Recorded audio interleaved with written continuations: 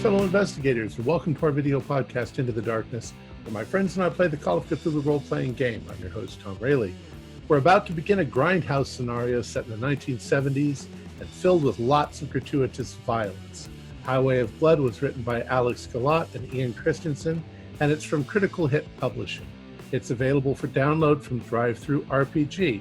This one carries a strong trigger warning, so if you're shy in the face of violence and horror, leave now. Otherwise, to continue. Our game master is one of the authors, Ian Christensen, and this is episode 1. So without any further delay, let's begin our journey into the darkness. Ian?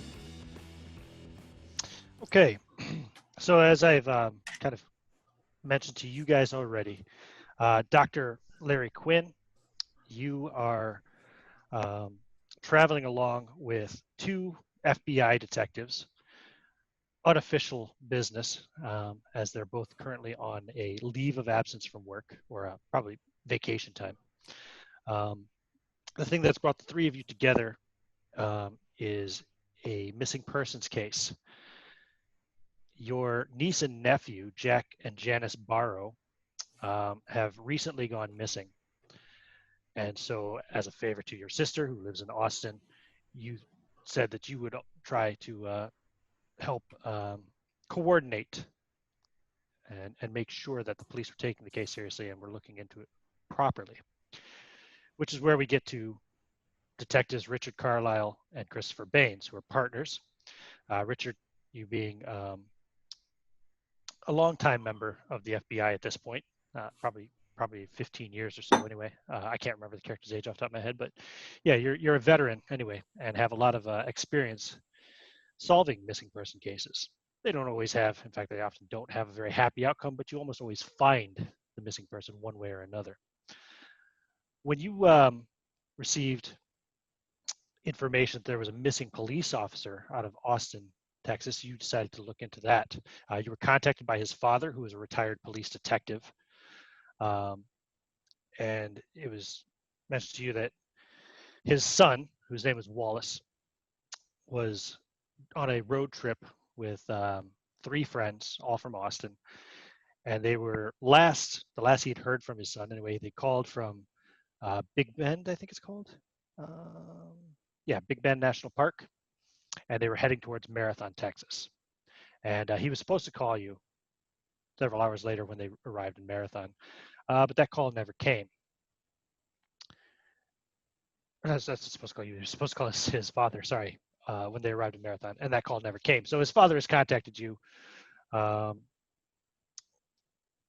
When you talked to your superiors about it, however, you got kind of blackballed pretty quick and told, listen, leave Brewster County affairs to Brewster County. The sheriff is in charge of any investigations in that county, and this wasn't a job for the FBI unless their presence was requested.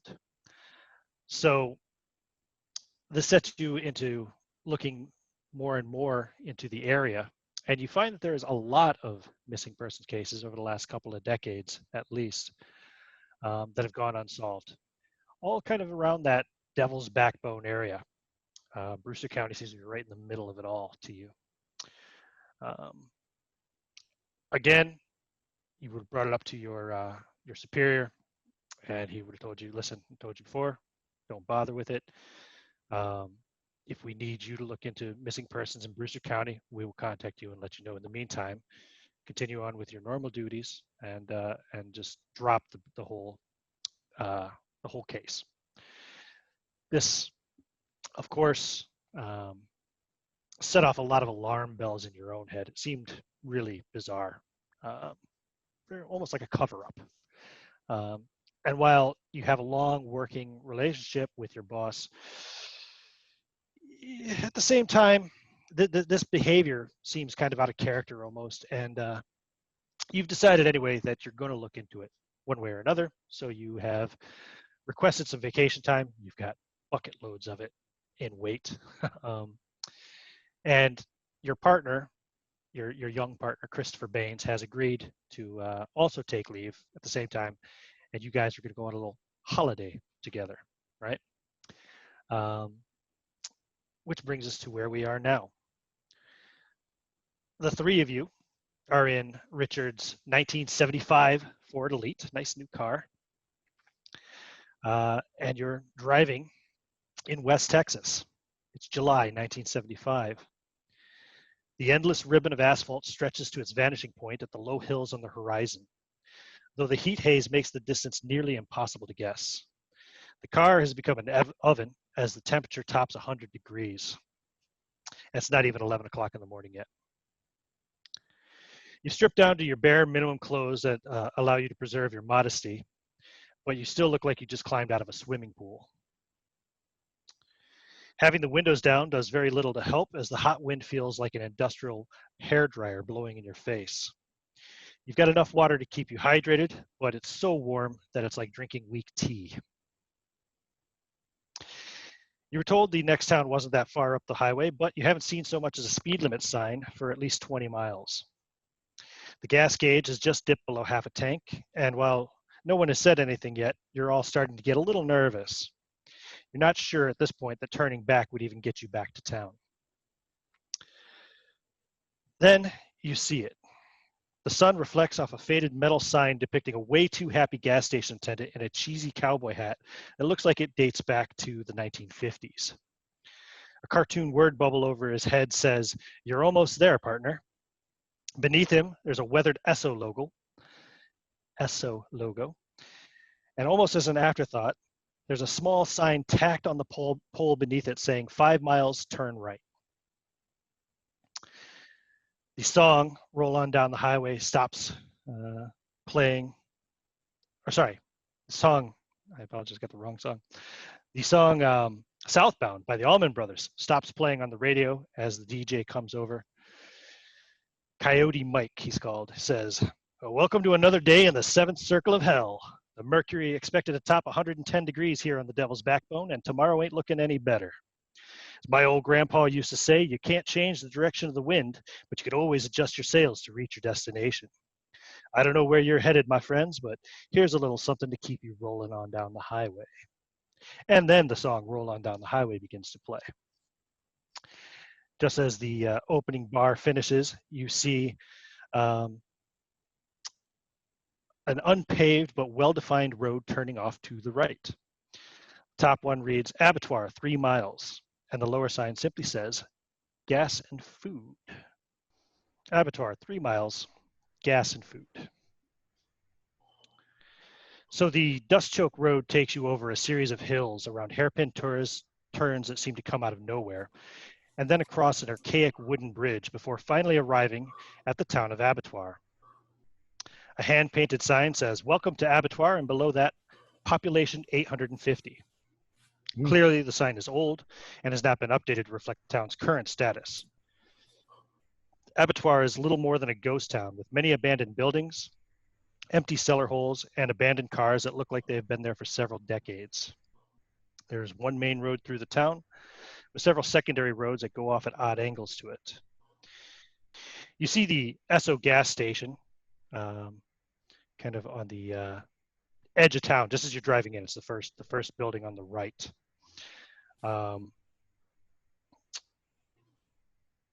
We better get some gas. There's a few men sitting in front of the gas station, their eyes kind of following you as you pull in. One of whom stands up and starts to walk over to meet you. His age is difficult to gauge. He's clearly spent a great deal of time outdoors, but his graying hair suggests that he is at least in his mid-40s. He's a tall, lanky man dressed in a white button-down shirt and surprisingly clean overalls. An oily rag dangles from his back pocket, and a pack of cigarettes is rolled up in his sleeve. He walks up to you and says, "How's it going?" It's going well, partner. Needing to get some fuel in the old car. You guys Sure, got? yeah, we can fill her up, no problem. All right, good. Think you probably want me to do something about that tire there? What's going with the tire? Looks like you're getting a flat. Uh-oh. Oh, great. Well, here, let me. Oh, there's the culprit right there. You see he's pointing at the rear left wheel of your car. Yeah. And you get boy. out, you see, yeah, there's a big nail sticking out of the tire, which is like halfway to being flat already. Yeah, we're definitely going to need that repaired. We don't need to be running on the donut or out here. Yeah, can you just plug it? It's like, yeah, we can take care of that, no problem. Yeah. You Cool. got It's like, you don't want to end up stranded out here. No. You got ice cold Coke in that Coke machine over there? Well, there's should be some Coke in there anyway. You don't know if it's cold.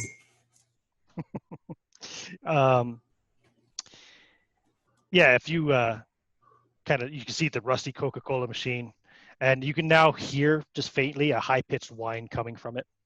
There's also a cigarette machine next to it with a large handwritten sign that says "out of order." Oh, great. The other two gentlemen seem to be just sitting underneath the kind of metal overhang, getting some shade. Mm-hmm. I'm going to scoot over to the Coke machine. One of them is a man of kind of an average height, receding hairline, pot belly, and bad teeth. His clothes are not clean. And the other fellow there looks to be in his late 60s. He has closely cropped gray hair, a crooked nose, and weathered skin. Arms are covered with navel tattoos. And he sits there with the other gentleman just kind of watching as this other fella starts filling up the tank anyway. Howdy, folks. I'm going to get kind of myself nod. some Coke. Hit hot day. Yeah. They're all hot days out here this time of year. Yeah. What's the primary job out here? What's most people do? Jobs in Abattoir? Not many. Well, I can believe that. Town ain't what it used to be. You get many people coming through, enough to keep a gas station open, but But how many people you usually see coming through here? Depends on the day. Sometimes you won't see anybody. Sometimes get a lot of kids out here road tripping and things of that sort. See. Also, people who don't have enough gas to make it on the marathon. Things like that. Right. Yeah. Yeah, I know. We were getting a little bit worried on the way out here. I was glad we saw that sign get pulled in here. You guys probably do all right with that. But you said you usually get some kids coming through here. Where are they usually running off to? Who knows kids these days? Just doing what kids do. Mm-hmm. You got a lot of kids that live in this town?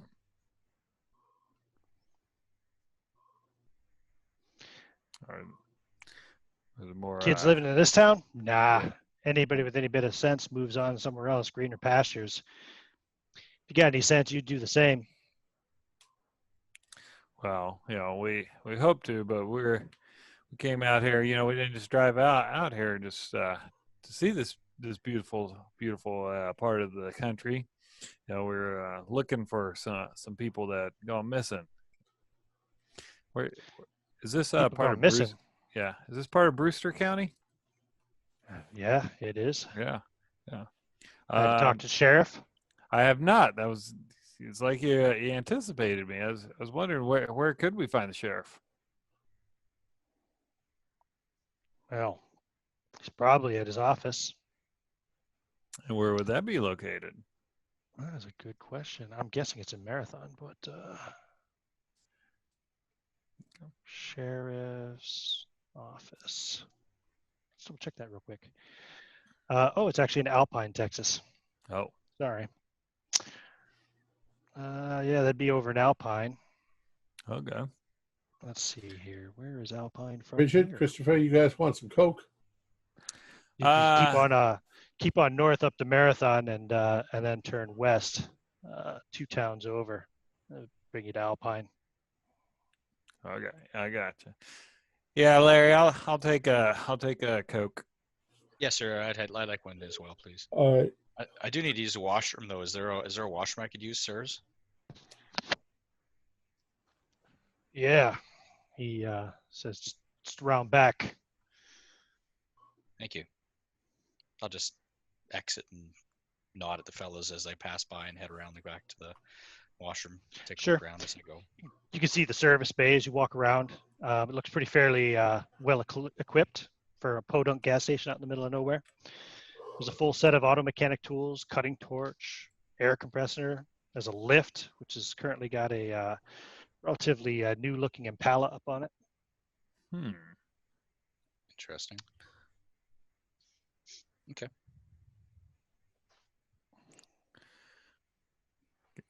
Get out my cigarettes. So, yeah, well, the cigarette machine's out of order. I brought a pack. Oh, okay. Sorry, you're smoking cigarette. Smoker never would head out without one. Here you go, Of course Richard. not. Here's your Coke. Yeah, thank you. So the Coke, you get one Coke out of the machine. It's half cold, half cool. Yeah. You know, kind of. It's a lot cooler than 100 degrees, that's for sure. And the red light immediately comes on. It's the last Coke. Ah, jeez. Nothing else but tab. Oh, This is before Diet Coke existed. You understand? So yeah. tab was the closest thing they had. It's rough. well, we'll have to share it, I guess. It's not a big bottle. Got one freaking soda out there. Oh. Is there any place to eat around here, boys? The older gentleman with the naval tattoos on his arm says, "Oh, it's only place to eat around here is the last stop. It's down the road." And the guy, obviously the gas station attendant, says, "You don't want to eat there, man. Last time I ate at that shithole, I was puking like a sick fucking dog for a week. Yeah. You folks need some water? I can fill up any containers you got. Oh, that would be nice. Thanks. We got It some. gets hotter than a fucking whore in church out here It does. in the day, so you don't want to be without too much water." Yeah. How long you think that that tire's gonna take to patch there? Oh, it won't take too long. Given the heat and the fact that I'm on my own, I have it ready for you in about an hour. Okay. Yeah, that's pretty good. Was there any place we could sit out of the sun? You must have picked this up. He's holding up this big ass nail now. It's probably bigger than my finger, you know. He says, "You must have picked this up on that old bridge. Things falling apart." Yeah, probably. I mean, obviously didn't have it in there long going down the highway. No, that thing. Look, it's almost flat already. You weren't going to make it much further. Mm-mm. So yeah, I sent you guys a copy of a map of the town in the Facebook chat, I think, right? Yes. Did that work? Yeah. I screen shared it, I thought, too, briefly. Did it pop up or did it not? Yes, It did. It did. Okay, cool. I wasn't sure. It's just I don't want there to be a picture up on the screen for too long. I mean, No, I understand totally. I very rarely have the screen up. I have so many other things open that I didn't know if it actually shared. That's all.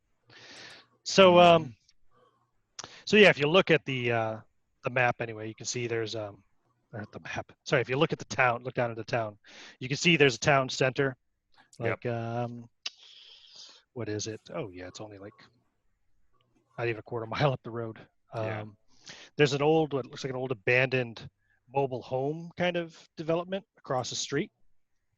Just a little bit further down from the gas stations where the turnoff would be there, but you can see it. Some of the homes, obviously, from within it are right across from the gas station itself. And a sign announces Wayland Estates, and that's also clearly a 1950s style sign. There's a man in a blue business suit flanked by his doting aproned wife and adorable children clinging to his legs. This improbable family gazes in manic joy at an idealized representation of the estate's mobile homes. In a fit of creative license, the artist has the sun setting behind the mobile homes in the north. While the letters spell out Wayland Estates were once painted in metallic gold, most of that is flaked off, revealing bleached wood beneath. Everyone's so happy in all their signs here. Yeah. Must be a Sun and vandals have taken their toll also on the sign. The once vibrant colors faded, and multiple bullet holes near the surface mar the surface, leaving each family member with a rather impressive grouping of shots around their heads and chests. Yeah. Yeah, it looks like someone had high hopes for this part of the country, but fell down. Well, I mean, our characters can't see the map, but No, my I give character, it to you so for right. My character would say, there must be some sort of meat processing or something around here. Otherwise, I can't imagine why they named the place Abattoir. You know what I mean? It's French for slaughterhouse. They must have had cattle out here. I suppose what you would be able to see from here, you'd be able to see the water tower. Kind of a little bit, what is it? About 1,500 feet from where you are currently. Yeah. Off to the left, if you were heading towards the town center, and on to the right, you might see the steeple of a church. Neither one of those is on the main road through town. They're both off side roads that go. Right. You said the town's the main street's about a quarter mile from here. Well, the town center, yeah, it's right there. You can see the buildings. Any of you guys got a vehicle? You wouldn't mind driving us there, quarter mile in this heat, you know? It's only going to be an hour. We can just sit here. I mean, you really want to walk? Or Says, Nate, do you mind taking them in the Impala? It's done now anyway. We can bring it down off the lift. And the other gentleman, the one with the pot belly and the receding hairline, he kind of slits out a sigh and puts out his cigarette and struggles to get up out of his chair. Yeah, sure. Just bring down the lift. I'll drive him over. Thank you. And Dr. Quinn, came out here not for just to see the sights. We got to find some people to ask questions. That's how we're gonna. Well, nobody's more concerned than I am, but Jesus Christ, it's hot. Yeah, very hot. So they bring the lift down, and Nate climbs into the Impala and fires it up with a nice gentle rumble. Starts backing it out. Nice. That's a beauty. You got a nice car there. question to GM: if we're in, or I'm assuming we're not in, our normal work attire.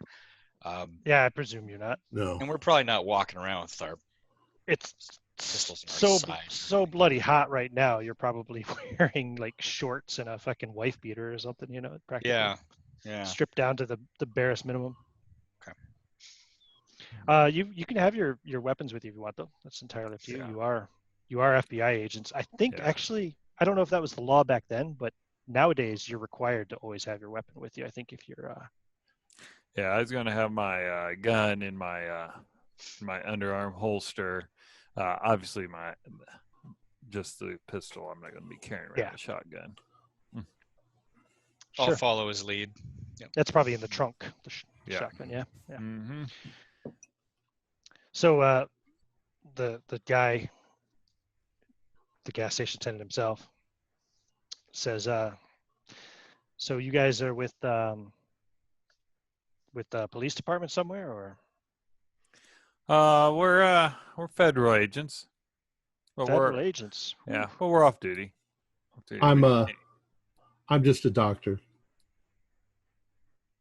Yeah, we're just we're looking. A little hobby of mine is going out there. We're some missing people. See if we can find and give the families a little rest.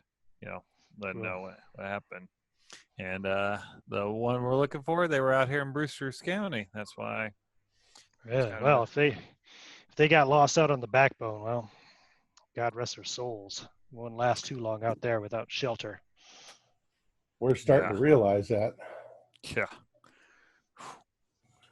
Why they'd come out here in July? Ugh. Guessing there's not a tree to be seen anywhere here. It's just wasteland. I'm assuming. Pretty much, yeah. It's scrub desert. Let me see. I have I don't have any there, but here's some landscape photos. Yeah, Yeah, most maybe a mesquite tree. just to. Now this is actually a very green portion that I'm showing you here of the backbone. So this is one of the nicer sections. There might be some bushes and maybe a couple small trees here and there, but Yeah, it's all chaparral. It's Yeah. nothing higher than a foot or two off the ground. yeah. Okay.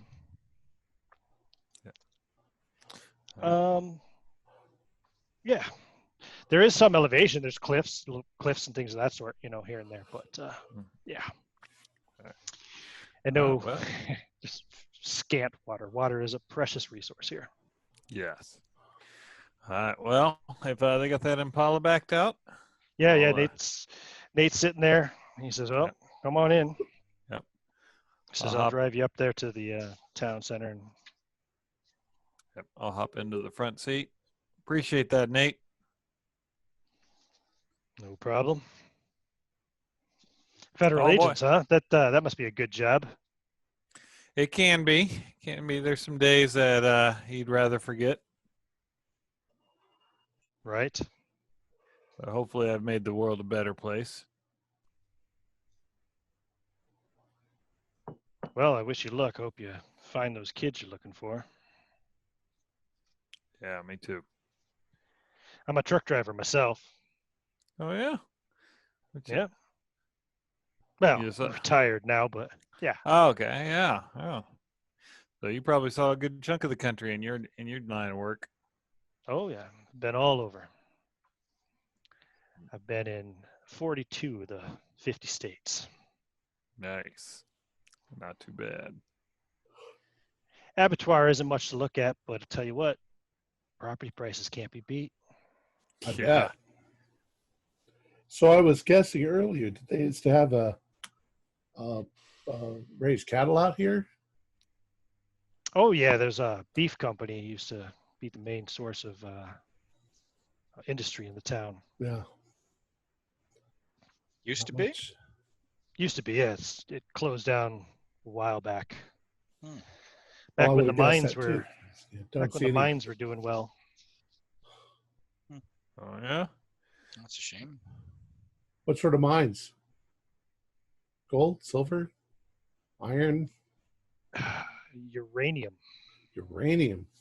Hmm. Well, that can make a lot of money if you get a good chunk of it. Yep. Government stepped in, seized the land by eminent domain, Oh boy. brought in the Wayland Mining Company. They started extracting ore. Must have been back in the 40s. Slaughterhouse closed 6 months later. It's a shame. A lot of the old Hackett and Sons employees began working in the uranium mines. Town started to grow again throughout the 40s and early 50s. And then the mining company set up the trailer park home you see over there, Wayland Estates. That's hence the name. For the workers. Yeah. Exactly. Trailers look in good condition as we pass by, or are they all kind of beat up like the signs? I'm sorry, say that again, Sean? Are the trailers as we pass by the trailer park, are they Oh. in good condition, or are they? No. So like if you're getting a good look inside the actual trailer home itself, you'll see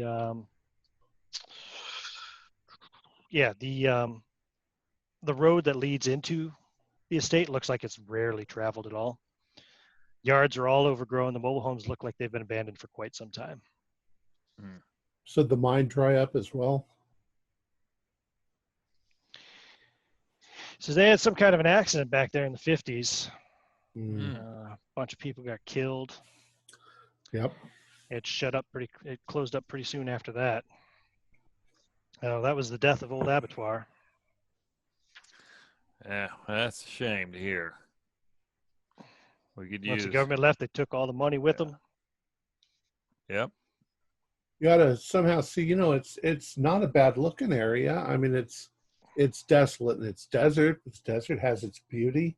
You can see if you could attract maybe a bunch of artists to come out here and bring some money with them. I mean, it'd be better than nothing. Maybe. That's what a lot of these little desert towns do now. Maybe one day tourism will kick up too. Who knows? They're always developing all over the state. Don't know. If you're looking to invest, though, you should go talk to Scott Brown. Scott Brown. Scott Brown. Yeah, Scott Buy Brown some land. Properties. Mm. Yeah, he's the real estate agent in town. Here. Nice. Do you know him? No.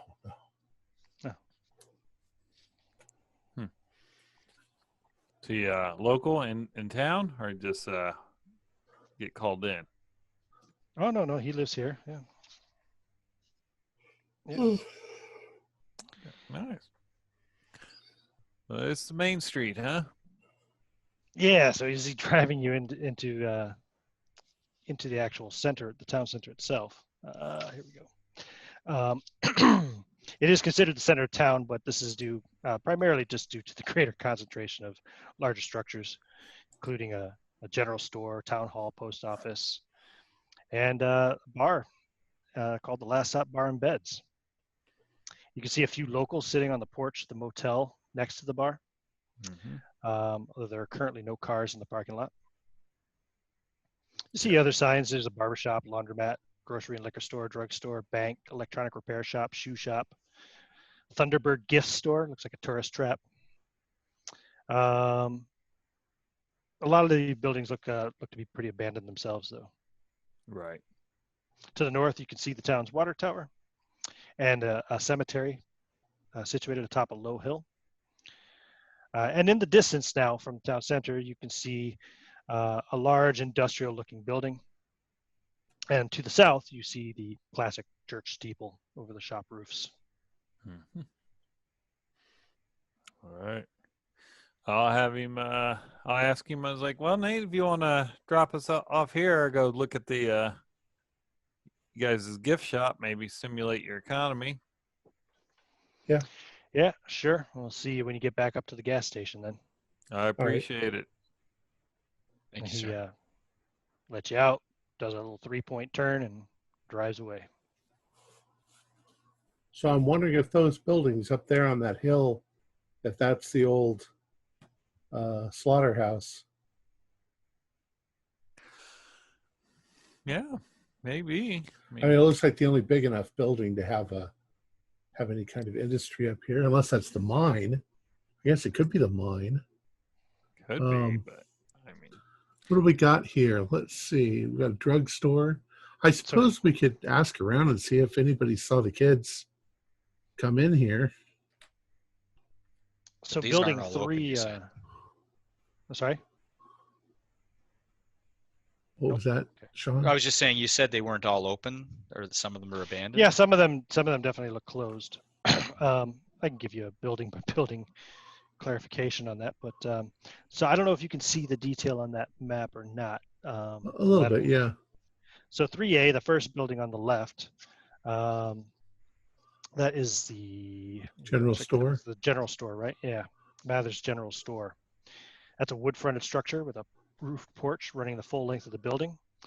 The sign above the entrance declares Mather's General Store. There's a few old barrels with various farming implements sticking out of them, flanking the main double doors, which are wide open. This one obviously is in operation. There is a balding man wearing denim overalls sitting on a sofa at the far end of the porch. A pile of crushed beer cans are piled in the cushion next to him. He stares unabashedly at you, smoldering cigarette between his fingers. Howdy. He just stares. I start to walk over to him. Excuse me, partner. Would you mind if I asked you some questions? Are you the owner of the store? He just kind of stares at you for a minute, takes another drag off a cigarette, then finishes his beer and crushes it and drops it on the cushion beside him. Says, questions? What kind of questions? Well, we're looking for some kids who came out here. How long ago was it? A week? 2 weeks? Kids. Nah, ain't no kids in Abattoir. He opens another beer. No? Well, they would have come by maybe. So we don't know if they came by here or not. Just thought maybe they'd stop by the general store if they needed some food or something. I can show you their pictures. Picture my nephew and niece. And I show them the pictures. He looks, he says, pretty girl. Oh, yeah. Boy looks like trouble. Well, not as much as you'd think. But you didn't see him, huh? Never seen him before in my life, mister. All right. Well, it was a chance. Can we make a psychology roll? Sure. Oh, I got a 13. Wait, what's my psychology? That's a good question. Could be. My psychology is a 10. I'll spend 3 points of luck. Yeah. I'm a doctor, damn it. This guy, first of all, first thing you realize is this guy's not all there in the head. Okay, yeah, I kind of was guessing that too. Yeah. And you can see, like, yeah, he's got very rough appearance, trimmed red hair, like I said, balding, narrow brown eyes. He's got a gray apron on that might have been washed once. He's got jeans and a dark blue work shirt and a pair of thick black rimmed glasses. He does speak very slowly. And he's lighting up another cigarette. And yeah, you get the feeling like he's probably not the owner of the store. No, you think he's lying to you. He's not a very good liar either. All right. Like, or if nothing else, even if he's not lying to you, it's almost like he just doesn't give a shit. Okay. Or he's dumb. He does seem pretty dim-witted, but all right. You get the feeling anyway. This guy wouldn't help you if he could. I'm gonna go into the store. Yeah. Okay. Sure. I'm gonna join Larry with that. Sure. Yep. So the interior smells of dust, kerosene, and cigarette smoke. I assume, Chris, are you gonna go in with him too? Might as well. That makes sense. Yep. Instead of standing out here in the heat. Richard, they got cigarettes. Good. Yep, they got cigarettes. Doesn't look like it's been restocked in a number of years, judging by the heavy layer of dust that covers everything. Except for the cigarettes. The cigarettes would be clean.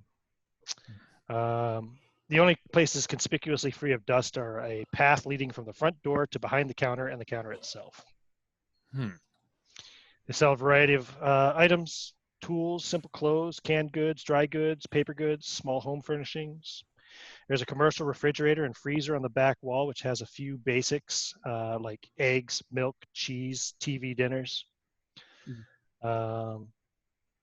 Behind the counter, he's got 8 shelves displaying bottles of hard liquor, cigarettes, and a selection of tacky ashtrays. And next to the antiquated cash register is a gallon jar of milky liquid with several dozen pickled eggs floating inside. A pair of metal tongs hangs from the counter by a string. They're not clean either. Hello? Anybody here? He comes walking in. Oh, it's him. Shit. He says, "You just talked to me outside, dummy. I'm right here." Sorry. Wasn't sure if you were the owner. We get some cigarettes and stuff. I'm Dan Mathers. Good to meet you, Dan. Can I get some camels? Sure. How many? Box? Nah, I don't need Carton. a carton. Sorry, you call it a carton there, right? Carton. Yeah. I just What was need, a carton back then? $2? It's pretty Question. cheap. Dirt cheap. Yeah.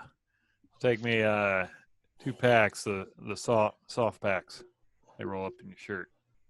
Sure thing. Mm-hmm. So you get much Anything else business? you want Get much to- business out here, Dan? Not in 20 years. Yeah, it seems like the only thing that isn't past its expiration date is your smokes, which I appreciate. Well, lucky for me, my grandpa bought this building before I was born. If I had to pay rent here, wouldn't be able to stay open. Why you stay then? It's home, isn't it? Can't argue with that. That's sometimes all that anybody ever needs. Give him $1 or whatever Yeah, it is for a no couple problem. packs. Mm, All right, thanks, Stan. no problem. So I'm like, well, they're. Oh, sorry. Go ahead. Oh, I was gonna say. So I was gonna look around. You said that the floor it was pretty much dusty, except for kind of like coming in. I was Yeah. just gonna see if there's any spot that might have had recent foot treads through the dust. I mean, there's a few, It's not. Yeah, I got. but Yeah. Yeah. not no heavy traffic, nothing of that sort. You know what I mean? Like you find a few relatively fresh footprints in the dust. Figure Right. maybe somebody came in, walked up to this shelf, grabbed a can of peas, Yeah. something like Gotcha. that. Gotcha. Okay. But All right. Chris? Thank you, Mr. Mathers. have a nice Right. day. I'll go out. He follows you out and he goes back over on the couch and continues drinking his beer and smoking his cigarettes. Well, let's see what else this town has. Here's a Yeah. barber Next shop. building over is the barber shop. Yep. Classic red, white, and blue barber pole in front of the store turning, producing a slight squeak on each rotation. Yeah. The large plate glass window says Tom's Barber Shop in cracked white letters. Below that are a half dozen public notices announcing a variety of events. Most of them look to be years out of date. Only the one that lists days and times of services at the Blood of the Lamb Pentecostal Church seems to be in any way recent and relevant. There's another handwritten notice that announces a 4th of July sale at Thunderbird Gifts, although there's no indication of any year on it. So you It is suppose currently the 28th of July. you suppose these people get up to hooting and hollering out there in that Pentecostal church? Probably speaking in tongues. I just can't imagine these people. These people look like they're all ready for the grave. This is the most depressing town I've ever seen. Yeah, it's pretty bad. It's a ghost town. Uh, Next building over from that is the town hall and post office, which is right across from the bar and beds where you got dropped off. So, well, I Well, can't look- imagine. I can't imagine the kids getting the haircut. No, but There's that Glance- last stop bar. They might go to Yeah. the post office. I wonder if Okay. they might have stayed over at the last stop bar and beds. I could see them stopping at a bar. Let's glance Yep. through the. But also, there's also a grocery store right over there. Yeah. A liquor store. They might have stopped there too. It's hard to believe they can have 2 stores in this town. Post office. What are they doing the there? grocery and liquor store is definitely closed. Oh, okay. It has a heavy weathered sign on the front that says for rent or lease, Scott Brown Properties, EM69347. EM69437. I suppose Mathers put them 9347, out of yeah. business with all of his cheery disposition. Maybe so. Yeah. Yeah. The last stop looks like an old West saloon, complete with a wooden false front, wide boardwalk flanking the dusty street, and a couple of hitching posts and a water trough. Hitching There's a posts. cigar holding wooden Indian standing next to a pair of double doors in the center of the front wall. Several large windows are covered with signs and notices, again, many of which look like they date back decades, but the doors are currently open. All right. Let's walk over there. Hey, Jimberly, I tip my hat to the wooden Indian. Mm-hmm. I don't have a hat. It's too hot. Yeah. Let's go on inside. Welcome. No, just kidding. Yeah. Just kidding. Oh, he wasn't wooden. Old Chief Woodenhead or whatever. Yeah. So inside, oh, sorry, go ahead. Does it got those old swinging little doors like you saw in the westerns? No, unfortunately, these Oh. are more modern doors, like Dang. that actually keep out the elements, but Okay. they're wide open anyway. Yeah. Probably because it's such a hot day. Right. I know. Inside, there is a long bar that runs along the left wall with a dozen or so stools. Tables and chairs seem to be haphazardly positioned about the room, with the occasional support post breaking up the space. And on the far wall from the entrance is a jukebox. The wall around it is covered with all manner of antique farm equipment. Looks like it might date back to the early 1800s.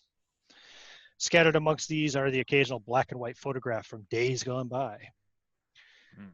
On the wall behind the bar is a classic mirror that runs the full length, bottles of liquor lined up in front. The wall above the mirror is covered with license plates, dating from as far back as 1908 right up to 1975. Some of them are rusted and bent, while others might have been pressed yesterday. In the center of the plates, there's a large boar's head mounted with its mouth wide open. Wow, this looks like it's like a place that would be a nice place to hang out in the evenings. There's Obviously, only one person. There's two people in here at the moment, and they're both at the bar. One is behind the bar, and one is sitting at the bar. Oh. The gentleman behind the bar is tall, lean, looks like be in his late 40s maybe, with dark eyes, stringy black hair, and a pencil mustache. The gentleman sitting in front of him, currently nursing what looks to be a glass of whiskey at 11 o'clock. Let me tell you what he looks like. Here we go. He's an older man. Hard to difficult his age exactly, but looks to be somewhere between 60 and 70. His wild gray hair that rings his head like a halo and dark watery eyes. He's got black pants, a short sleeve black shirt, a clerical collar, and no shoes. No shoes. No shoes. Do his feet look weathered and beat up like he's been out in the desert, or does he look like he just took his shoes off for comfort? I mean, yeah, it looks like he's doing so for comfort. He doesn't look like right. I mean, he looks rough like everybody else in this town, but he doesn't look like a hobo or anything now. Okay. Right. Ian, just before we start talking to people, I'm going to take my notepad out and write down the 1975 license plate and if there's anything, within the last 10 years, just surreptitiously make, if I can, that's what I want to do. Well, if we're talking to people, is sort of out of their sight, write down these license plate numbers. Okay. So you're going to look at all the 1975 plates or whatever and start. Well, if there's anything, I mean, if there's lots of them, I might just pick a few, but I'm just thinking if there's anything relatively recent, just write a few down. Well, let me see here. Give me an idea roll. Okay. Probably have stickers on them. Sorry, there's an ant. Now the ant is pushing open your door? He's pushing up daisies now. Let's see. My idea is 50. Okay. I missed it by 5, but I'll use 5 luck to get that if that's okay. Okay. Wallace Comley, that's the name of the missing police officer from Austin, was driving a 1975 Dodge Charger. And that is his plate. All right. I'll let Richard know this if I can. Okay. Yeah, I mean, you guys have only just walked in the place. The other two gentlemen, they've acknowledged, they've looked over and seen you walked in, but they haven't come over to you or anything. Howdy, folks. Gentleman behind the bar waves. The other guy kind of half lifts his glass of whiskey and then drains it. I'm going to walk over to the bar. I haven't noticed the Sure. license plate. So, Chris, you pointed out to Richard. Look at that license plate up there. Third row, bottom, whatever. Looks like we're on the right track. I was hoping we weren't. I didn't want to spend any more time in this town than I had to. I don't know if you want those two to do a roll, but they probably realize I'm about to ask them about the pictures. I didn't have to see my license plate. So I go, hey, folks, how you doing? I want you to. The gentleman behind the bar. Go back to my proper. Here we go. I have a picture of him, don't I? Yeah, there he is. So, gentleman behind the bar greets you, says, "Welcome." Says, "You want a menu, or do you know what you want?" Something cold is what I would like. He's like, yeah, cold beer. Oh, that sounds awesome. I'll just take a Yeah. sarsaparilla if you got one. Sarsaparilla. Sarsaparilla. Got any tab? Actually, I have even. God, I wish there was an easier way to do this with Zoom. So there's the front and back of the menu, the outside of the menu. The Last Stop Bar and Beds. You've made it, partner. Sponsored by Hackett and Sons Beef Company. Real people, real meat. Established 1933. Hackett. Chop, chop. There you go. Sarsaparilla. What is sarsaparilla? Is that like root beer? It is, Yeah, right? it It's root is. beer. Yeah. Yeah. You got it. So he serves you up a cold root beer. They're out of Puts a tab. cold beer. Puts a cold beer up on the counter for Dr. Quinn. The one Thank thing you. they're out of his tab. They do got orange drink. I'll have to walk back to the gas station to get one. I'll have a root beer or a sarsaparilla root beer as well, please. All right. So 2 root beers and a beer. You guys hungry? It's about lunchtime. Not particularly, but The other guy who's sitting there says, actually, on that note, Bobby, give me a bowl of chili. He says, yeah, sure thing. I'll put that in for you. I'll put that in there for you, Reverend Scott. say we're in town. We're passing through. My nephew and niece went missing in this area a couple of weeks ago, and we haven't heard anything from them. Now we're family's pretty worried, but considering that the area that we're in, we're looking to see if any of you have seen them come through. Quite frankly, I'm afraid we're probably going to find them broken down out in the middle of nowhere. But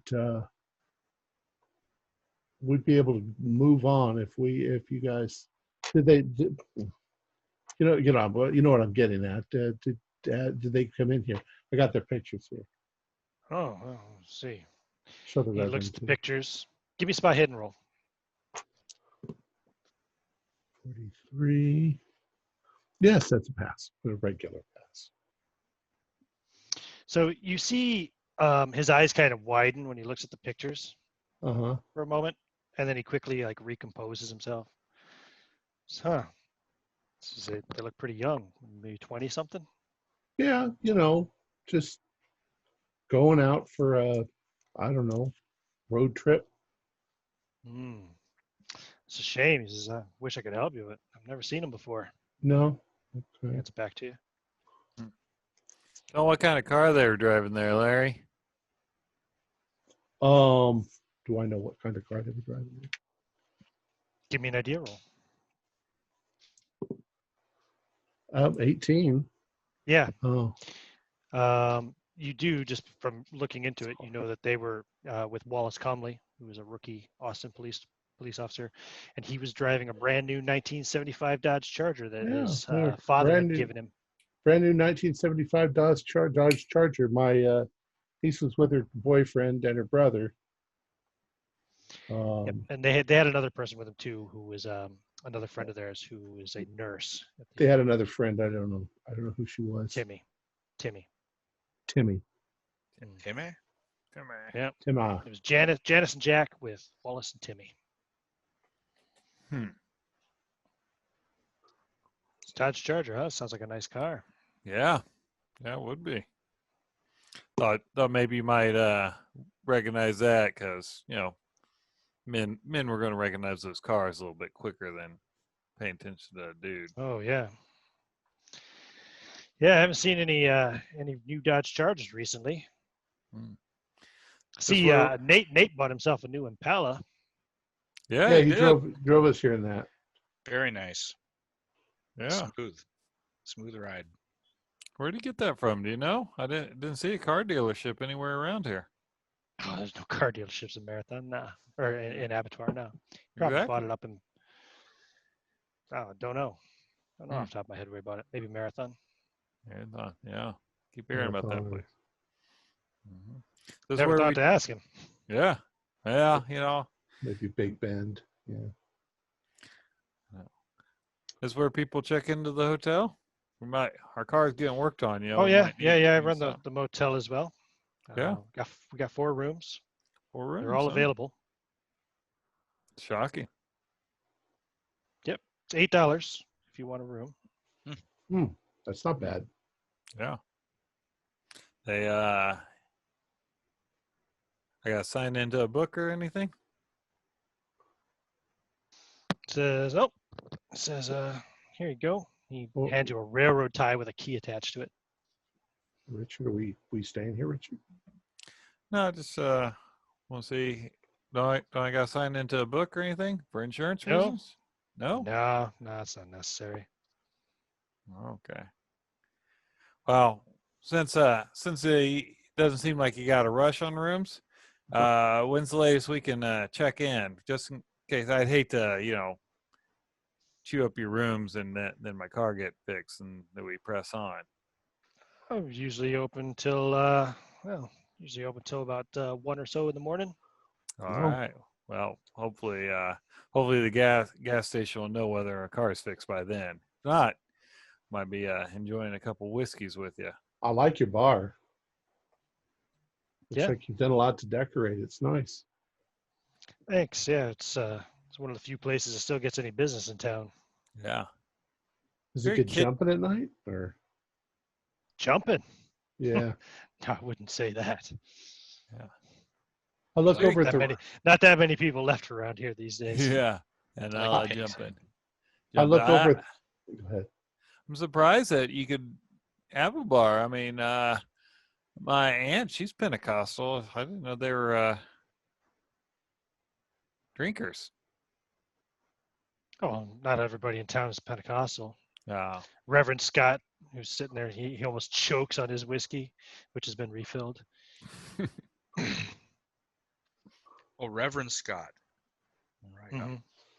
Are you, Mr. Scott? Are you related to the? I saw a sign back there for real estate. For Scott. Well, that's Scott Brown. Oh, Scott Brown. I'm sorry. I'm just making conversation. So, it's all Yeah. good. yeah. Is it I- your I- church, Reverend? The blood of the lamb. That's right. Yeah, I run the Blood of the Lamb. He kind of slurs his speech a bit. You get a lot of parishioners on Sunday. No, not as many as I would like. No, it seems that kids these days, people these days, I should say, just well, they get all kind of funny ideas. I hear you. No, he says, unfortunately, Reverend Austin has probably a larger flock than I have. Oh, really? So there's another church in town. Well, it's not in town.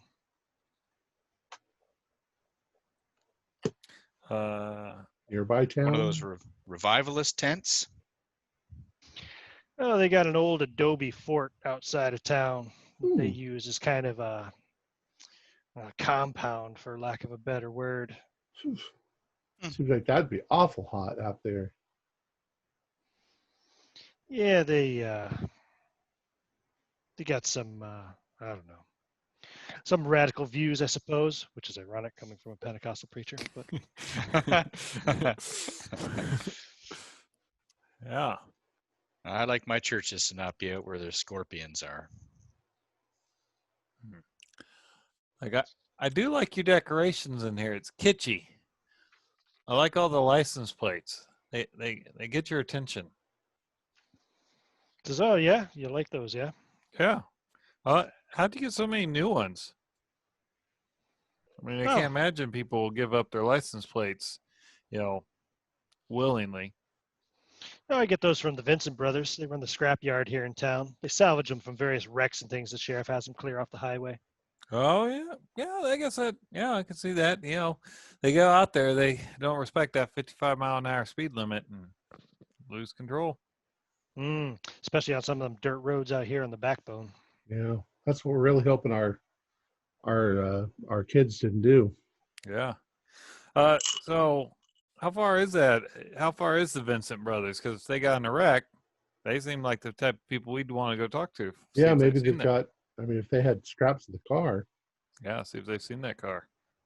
Oh yeah, Vincent Brothers. Well, if you just follow the main street here, all the way down to the end, you'll come to a crossroad. That'd be Hackett Road. You turn left there, then take the first right onto Steel Road. Follow that on down. Don't take the right onto the pit road. That leads over to the dump. But if you keep on following around the left on Steel Road, that'll take you eventually to the scrapyard. All right. Not a terribly large town. It's less than a mile from here. Right. Yeah. Now that we've been refreshed, should be no problem. You guys sure you don't want to eat? It says we got really good Well, chili. At the moment, we're hoping, geez, chili. If we Ham get and back in that, cheese. if we get back in that car and start driving, I'm not sure that we should all eat chili. Oh, But we'll I'd see. go We'll for see if we end up having to stay here overnight. do a sausage sandwich and fries for $1. It's a last stop special. What's the surprise? Some fries. Oh, Surprise. some fries. Yeah. Not I surprise. was like, what are you talking about? What surprise? Huh? Took me a minute to register what you were asking. Fries, that's the surprise. If that's obvious. Sausage sandwich and some fries for $1. The surprise is what the sausage Reverend is Scott. made from. It's a, there's a knock on the kind of like a little window thing alongside, and okay, Robert, I think it was somebody called him Robert. Oh, Bobby. Reverend Scott called him Bobby. Bobby goes over and slides up the thing and pulls out the bowl of chili. It's on a little plate and brings it over and sets it in front of Reverend Scott and says, I'm telling you, you're missing out if you don't get yourselves a bowl of chili. Well, how about we? How long? What are your lunch hours? So we serve food till 9 p.m. 9 p.m. Yeah. Oh, So how about this? We're gonna go up and talk to the Vincent brothers, and then we'll be back. I just don't want to be walking in the sun with a full belly. Mm-hmm.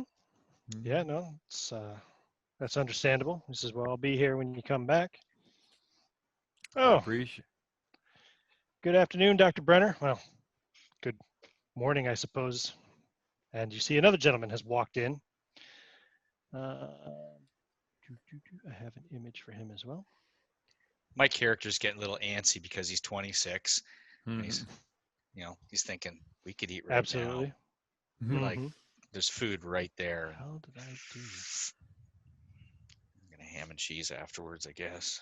Yeah, get that cheese on your stomach and then go out in the Texas heat. Oh yeah. I'm not sure I want to walk all the way over to He's the 26. He's impervious to Scrapyard, all mhm. ailments. Mm.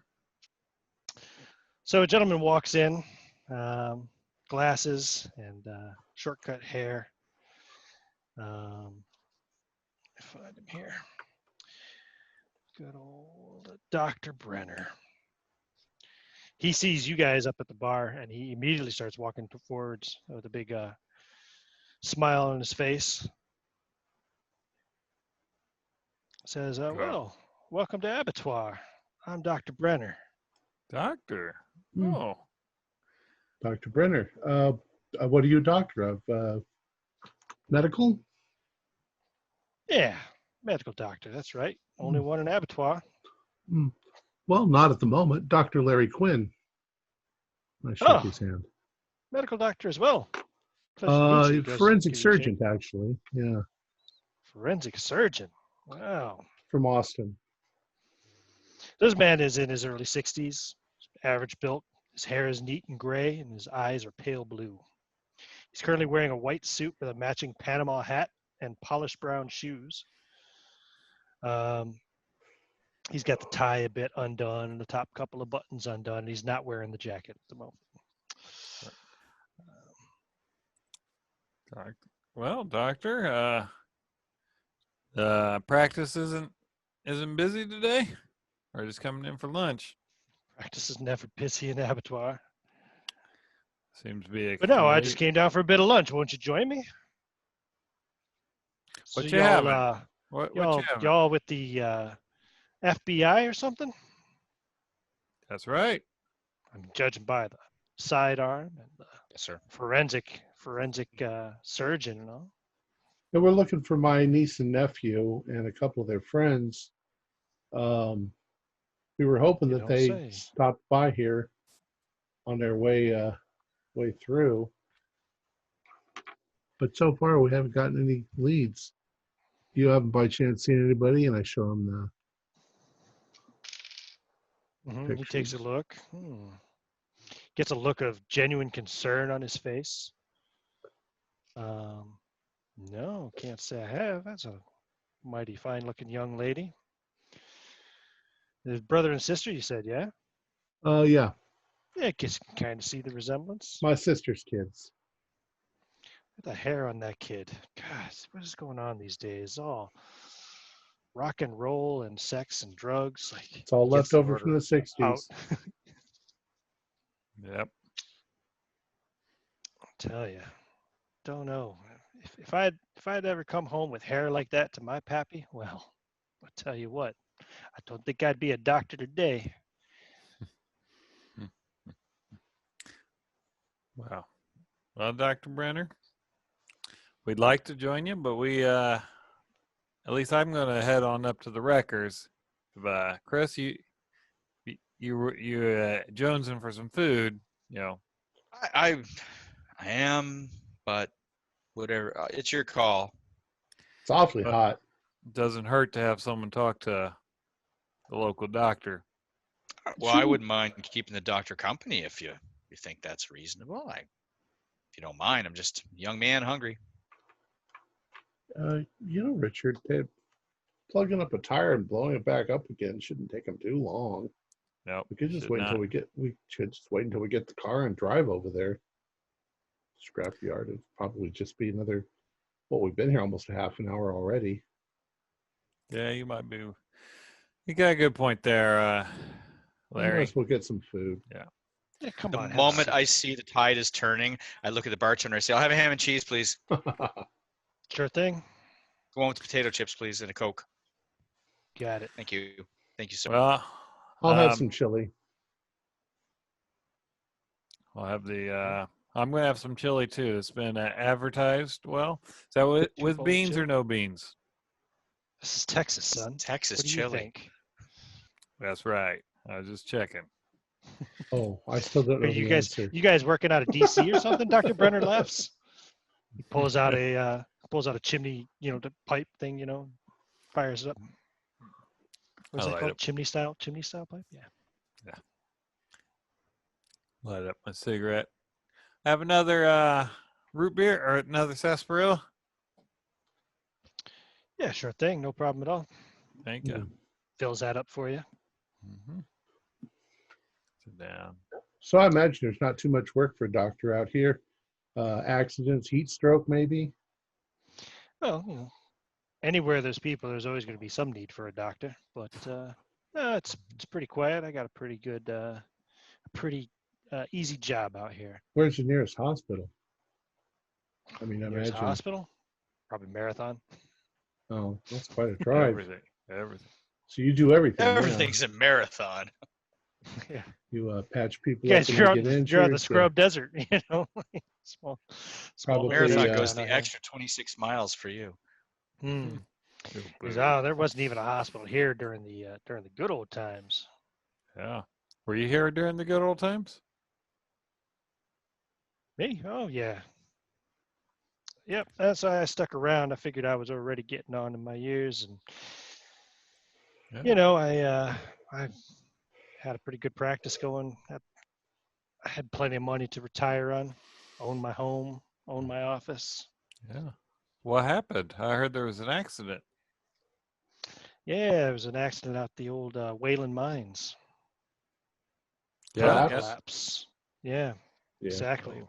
It's awful. That Did was, they- oh, man, did that they was- that must have decide been about whether it 20 was years the- ago? Was it the Wayland Company's fault? Did they shirk on their safety, responsibilities, or what was it? Yeah, well, there was a lot of lawsuits involved. It wasn't just one accident. There'd been a series. They'd had a lot of mine-related deaths over the years, but this one, when that tunnel collapsed, yeah, like 10 people died that day, and yeah, that was just about enough for Wayland. They pulled out, moved on. But as far as I know, I don't think they were ever really officially found responsible. That's a shame. Government contractors and all that. Yeah. But hopefully they mined enough uranium to make enough bombs to keep those commies in line. Mm-hmm. Well, back in those days, man, well, you saw the sign, right, on the way in town. There used to be almost 900 people living here. It's insane. Quite a lot of people. 900. Wow. You guys could all bring 2 dates, and we still wouldn't have 100 people today. Ah, I see what you're saying. Yeah, I was going to say. I've seen towns, about the 300 people bigger than this. Well, so why do y'all stay out here in the hot desert? oh, get used to it. I guess so. We're desert folk. So you tend to a lot Besides, of have you seen the prices they're charging for properties these days in the cities? yeah. Yeah, I that's live true. there. Yeah, I hear you. I don't know when Exactly. I'm going to be able to buy a house. I don't think I could convince Sheila to come out here though. All the crime, the drugs. Nah, that life's not for me. I like it nice and quiet now. Yeah. I was saying to somebody earlier today, I was saying, you could get a bunch of artists to come out here and paint the desert and bring some economy into this place. Yeah. Well, things come and go. I mean, before the mine came here, this was just it was pretty much just a meat town. The old Hackett and Sons Beef Company. Is That was that the the main buildings source. that I can see up on the hill over there? Oh yeah, you Yeah. can see the biggest buildings in town. But they closed up shortly after the mining company moved in. But then the mine, well, they employed 3 or 4 times as many people as the beef company did. So these things come and go. It's been 19 years since that tunnel collapsed. So I reckon Abattoir is in for a run of good luck pretty soon. Sure. Is there any cattle in the area? Yeah. Well, not so much anymore, but not here at Abattoir anyway. Hackett Sons, they used to raise their own. You understand? So You must get shipments of food though on a regular basis out here, huh? oh yeah, I mean the deliveries still come through. Russo has to get his gas for the Esso station. Dan, he needs to get the occasional supplies for the general store, mostly beer and cigarettes these days, but Works. So you the doctor when there's a wreck? You the one they call? yeah, I'm the only doctor in town, son. So did you get called out a couple weeks ago? Dodge Charger? That is what it was, right? Yeah, Dodge Charger. Okay, yeah, a Dodge Charger. No.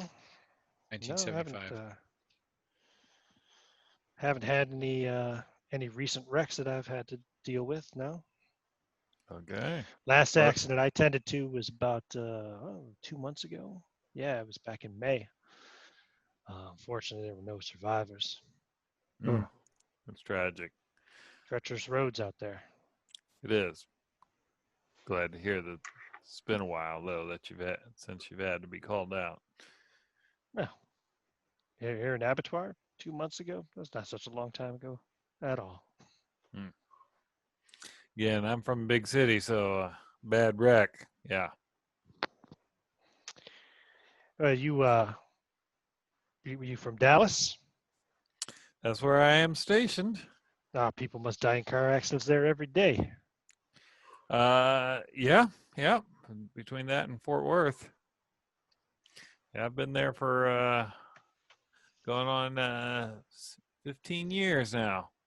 Really? Yep. I was working And, there on November 22nd, 63, Oh, when they shot him. It's tough. you with the bureau? There we are. That's a rough one. Yeah. It's a rough one. Yeah, public opinion was you boys really dropped the ball on that one. Well, it's hard to say that we did a good job. But madman's a madman. Hmm. So And how then many? the knock on the hatch again, and hatch opens, and Robert comes back around, brings out your ham and cheese sandwich with potato chips and a Coke, couple bowls of chili, and Dr. Brenner's having the special, the sausage sandwich Nice. with fries. Smell The good? food actually smells pretty good. Yeah. All right. Hot and spicy, or Perhaps much to your surprise. Yeah, it's spicy. It's spicy. There's a lot of chili in there. nice? A lot of chili in the chili. Yeah. I like it. Um, Sweat cools you off. right? My ham and cheese looks pretty good. Yeah. Yep. It's not green. I make a point in front of the minister, the reverend, of saying a little quiet prayer before I eat the food. The Reverend has his back to you because he's still sitting at the bar. All right, then I don't. But you could say it loudly if you want. Well, I'll say it within earshot. Yes, little prayer before I eat my food. Sure. You try to get everybody to clasp hands as well, or no? Do you just you just say it yourself? No. Okay. No.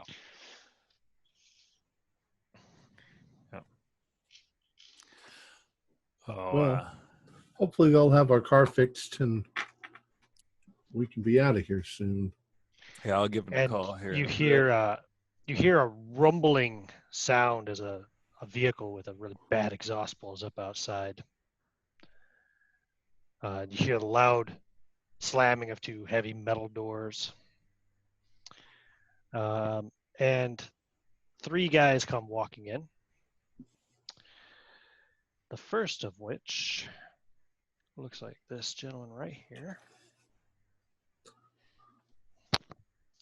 Oh. Is that a bullet in his head? Does he have a bullet in his? It is not a bullet. It looks like an industrial screw. Okay. Oh wow. He's got a ragged scar running across his face and head. Glint of metal. Yeah, turns out to be a bolt. Actually, looks like it was screwed into the left side of his forehead. Whether it was done to intimidate people or just as a crude attempt to pin his skull together after an injury is unclear. Looks like an injury. Yeah. He's lean, muscular. He's also covered with like scars and stuff. But he has no 3D vision. Not just on his face, but even like his arms and stuff too. Yeah. Jesus. Yeah. He's no got doubt. some tattoos that you can see.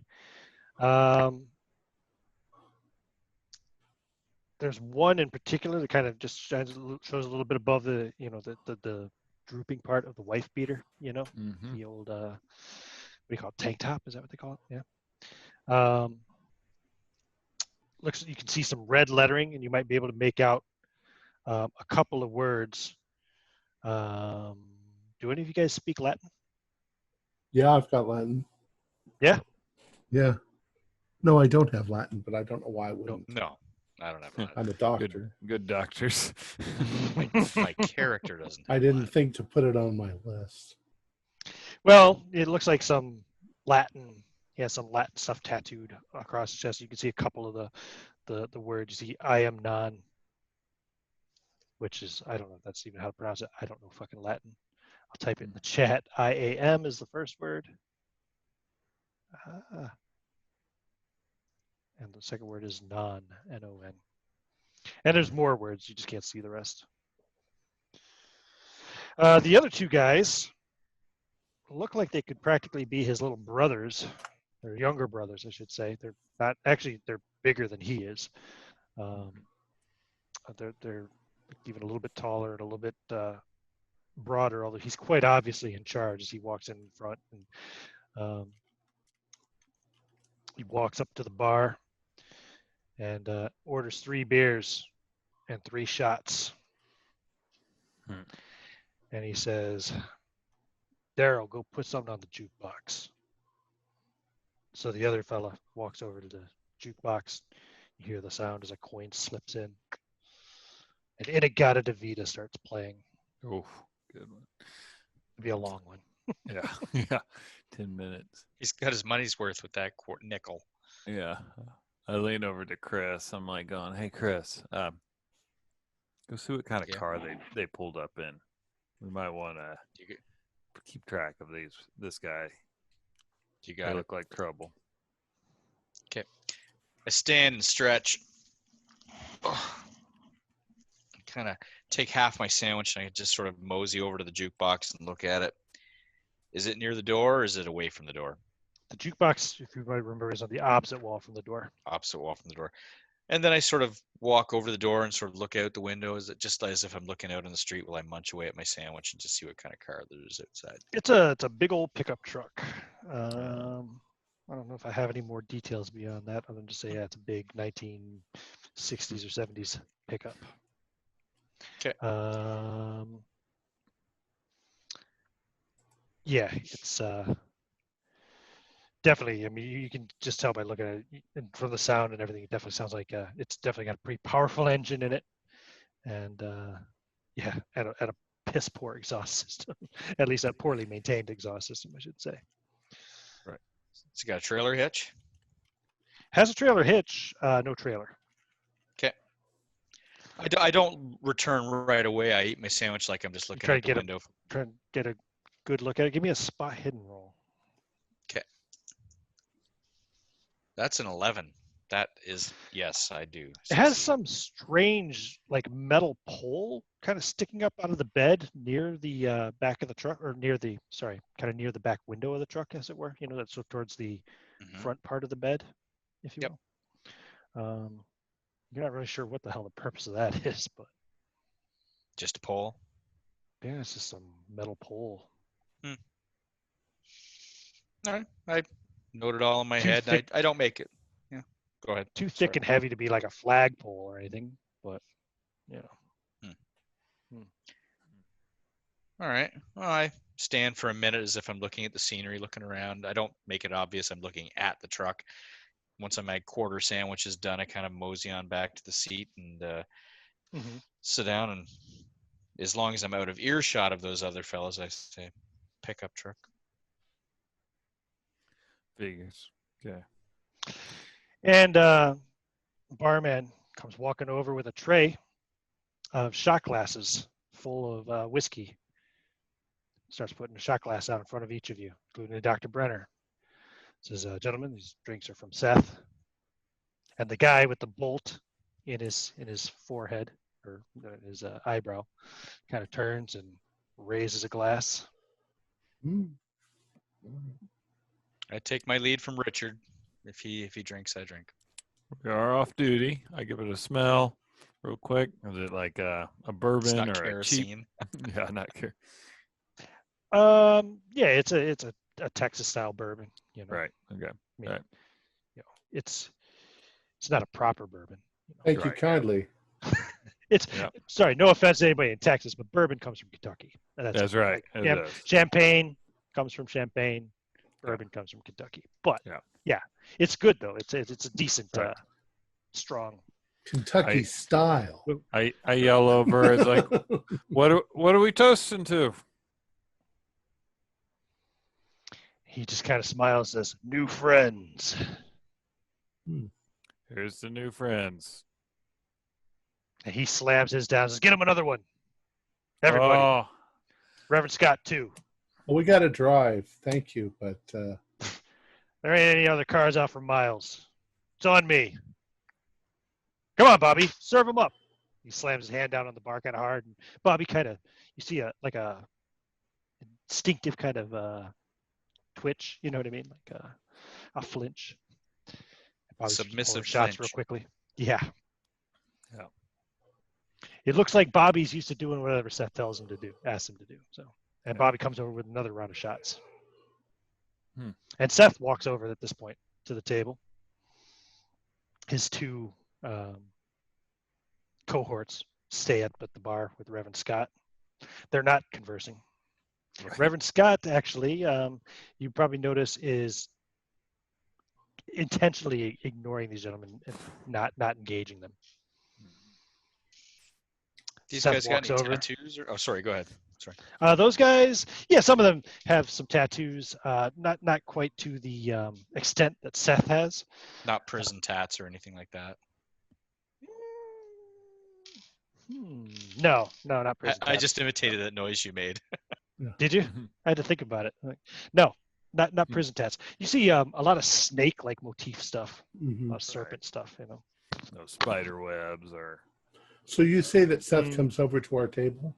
Yeah, he walks right over to your table with his shot glass in hand. And says, "Welcome to Abattoir." Thank Name's you. Seth. Seth. Wow. Seth, so how did you get the injury? I'm a forensic doctor. Oh, that car accident. Car accident? Yeah. I couldn't remove it. Doc Huh? passed me up real good, didn't you, Doc Bob? He slaps Dr. Brenner on the back. Dr. Brenner just kind of like jerks forward a little bit, says, "Oh, I did the best I could, Seth. It's pretty hard to keep a skull that thick together." Well, you got to do what you got to do. Better Seth than kinda laughs. than having your brains fall out. Yeah. That's Seth, right. Seth, you seem to be one of the friendliest guys in town so we've met so far. It's like going. It's what I'm known for, he says, and he smiles wolfishly. I go. So do you greet all the new guests this way? Because if you do, that's just amazing.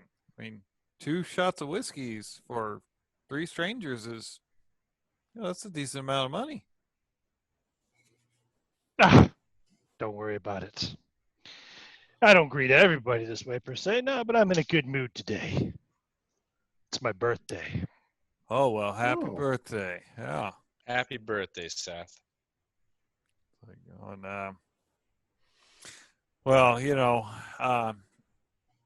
know if you are. I know this, Seth, but we didn't just come out here to meet new friends. Although we're blessed to have that.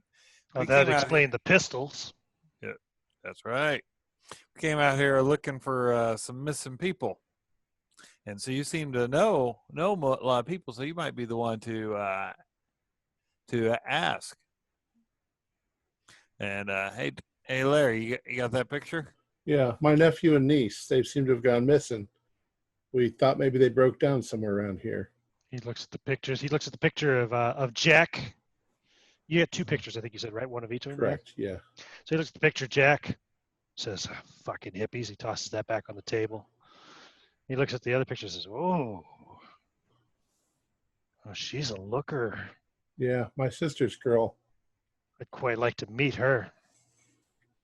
Hands Everyone in back to you. town likes this picture. Mm-hmm. Yeah. Give me an idea roll, Chris. Oh. I do No, that I sometimes. failed by Somebody just makes it 25. up. You failed? Huh? Okay. Yeah. Bummer. Big time. All right. Oh, come on. Bottoms up. Bottoms up. This will be the last one, though, Seth. Just so you know. What are you on duty or something? No, not on duty, or else I couldn't have had one to start off with, of course. But He looks confused by that. What do you mean? if we were on duty, we couldn't have had any drink with you. Sheriff drinks on duty all the time. Come on. Well, sheriff's an elected official. You actually might. You'll see Dr. Brenner give him a jab with an elbow.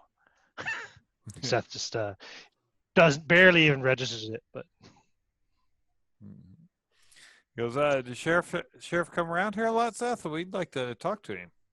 It doesn't come around here a lot. I wish he'd come around a lot more. Oh yeah. Yeah, I like the sheriff. Oh okay, yeah. Well, maybe you were having trouble, and you might might need the sheriff's assistant, which was going to catch me off guard because you look like the type of man that takes care of problems himself. Well, I mean, I don't take no gruff from nobody. But I try to stay on the right side of the law. And I like the sheriff. He's tough. He's a real man. That's some sissy hippie gestures at the picture of Jack. Well, What kind of Yeah. man wears his hair like that anyway? His mom tries to get him to cut it, but he's rebellious. Yeah. Should get him a dress to go with it next time. yeah, well, ever since Joe Namath was on the TV with that long hair of his, been inspiring people ever since. But we still need to find him whether we like their hair or not. No, Well, good luck, I guess. I appreciate it. You might want to check out the follow Red Road out in the desert. Look out there. They find wrecks out there sometimes. Been out there for weeks with nobody even noticing. Red Road, huh? Depending on how far off the road they go. That's right, Red Road heads out of town east. All right, we'll check that out. I appreciate it. Well, it's very fortuitous to run into you. A couple free drinks and a lead. Well, I'm here to help. Well, thank you very much again, Seth. Hey, bartender, can I borrow your phone? Bartender says, yeah, sure. It's just around back here. Coming back here. And at this point, Seth says, "Oh, come on, Daryl, Dylan, let's go, boys. Work to do. Doc Bob, we'll see you later." Oh, I'm gonna call the station and see if the gas station and see if cars Call fixed. the Esso station, sure. Yeah. Yeah, I'm sure he's got the number probably right there behind the bar. So you call up there, the phone rings and rings and rings about 15 times before somebody finally picks it up. Hello? Hey, this is Richard Carlisle. I dropped my car off. It had a flat. I was just calling to see how it was coming along. Oh, hey, it's Russell. Yeah, it's just about done. If you guys are walking up from the last stop, it'll be done by the time you get up here, I'd say. All right, excellent. Much appreciated. Yell that over. Yeah, they're finishing up the car. We can go up to the Vincent brothers after this. All right, excellent. Well, Dr. Brenner says, well, I do hope you find the kids you're looking for. And I hope you find them none the worse for wear as well. If you all need anything, he says, I live down on Main Street, and he gives you an address. Does he have a phone number? He probably has a phone number too. And a phone number. If you need anything, you give old Doc Bob a call. Thanks, Doc. And don't worry. I try to do a better job on you than I did on old Seth over there. And he winks. Oh, well, I appreciate that. He says the bolt was only supposed to be temporary, but he insisted on keeping it. He thinks it makes it look tough. Does he get infections around the wound? I would think that would irritate the hell out of you. He hasn't had one for years. He used to, but I think, the human body's an amazing thing. You'd be amazed what it can adapt to. Seth's had that chunk of metal in his eyelid there or eyebrow there for, it must be 8 years now. Wow. I'd say it's just as much part of his skull as anything else. Car accident? Oh, yeah, he rolled over real bad out there on Red Road. Be careful out there. That road's pretty treacherous if you go that way. Well, I'm not sure why the kids would go in that direction. Not sure they came through this town anyway, so I don't know. Yeah, there ain't much out there. Ain't much to see except for maybe the old mines. Is that where the mines Maybe, were? maybe they were going out to the old mining camp. That's possible. Possibility. Bunch of kids want to find some old place where they can sit around under the stars and drink and fuck and do whatever they want to do. Well, thank you very much. No, you're very welcome. This is pay our bill. And the chili was quite delicious. Thank you. Yeah, no, you're very welcome. If you need a room, you know where to find me. You know, I've got 4 rooms available. And like I said, we serve food to 9 o'clock. So if you need to come back for dinner, there ain't no problem at all. All right. We appreciate it. And when we head out, I kind of want to walk somewhat to see if I can look behind the building. Yeah, behind the bar and motel. Yep. Sure. Looking to see if there's a car there or something. No, there's nothing. You don't see any cars stashed out behind it or anything of that sort. You can see you can see the church up above, kind of, to the south. It's up on a little hill there. Okay. And then beyond that, you can see some more houses, maybe on another road a little bit in the distance there. But yeah. Right. All right. Yeah. All right. Let's. So are you sure about that, Chris? That was their license plate? What are y'all That's the talking one. about? Well, those Doc, sorry, Yeah. go ahead. You let it know, Chris. Yeah, that license plate, the newest one, the 1975 plate in the wall. That's our car we're looking for. It wasn't the Sure. only 1975 plate either. Oh no, there were other ones. There were a that are few new, others, but yep. the same, but one of those plates. I was just scanning them to see if I could make a list to see if we could look at ones that might have been missing over the years, last 10 years or so, because people have gone missing out here, and that one definitely matches. So either something's up here or the kids were in an accident and their car ended up in the scrapyard. Mm-hmm. I mean, assuming that's where he's getting the license plates from. Exactly. Well, let's go get the car and then drive out to the scrapyard. Yep. Yeah. You guys go back up to the SO station. It's a hot walk, but fortunately you had a good couple of cold sarsaparillas before you made the trip. That's right. The hot chili will help too. It warmed you up on the inside, which helps you cool on the outside a little bit, So you walk up to the SO, your car is there. It's already been pulled back out onto the into the kind of parking area of the gas station there. Russ meets you there. Says, "Yep, here's your keys." And, Thank you. Well, what do we owe you, Seth? He names off a pretty low amount of money. It's not much. I don't know how much it costs to get a tire plugged in 1975, but it's cheap. Right. Yeah. Compared to today. I go, so Russ, let me ask you something. The Vincent brothers, they pull a lot of cars off the highway? Well, yeah, it's kind of what they do. They run a scrapyard. Mm-hmm. What about that Seth character? We met him. He's an interesting person.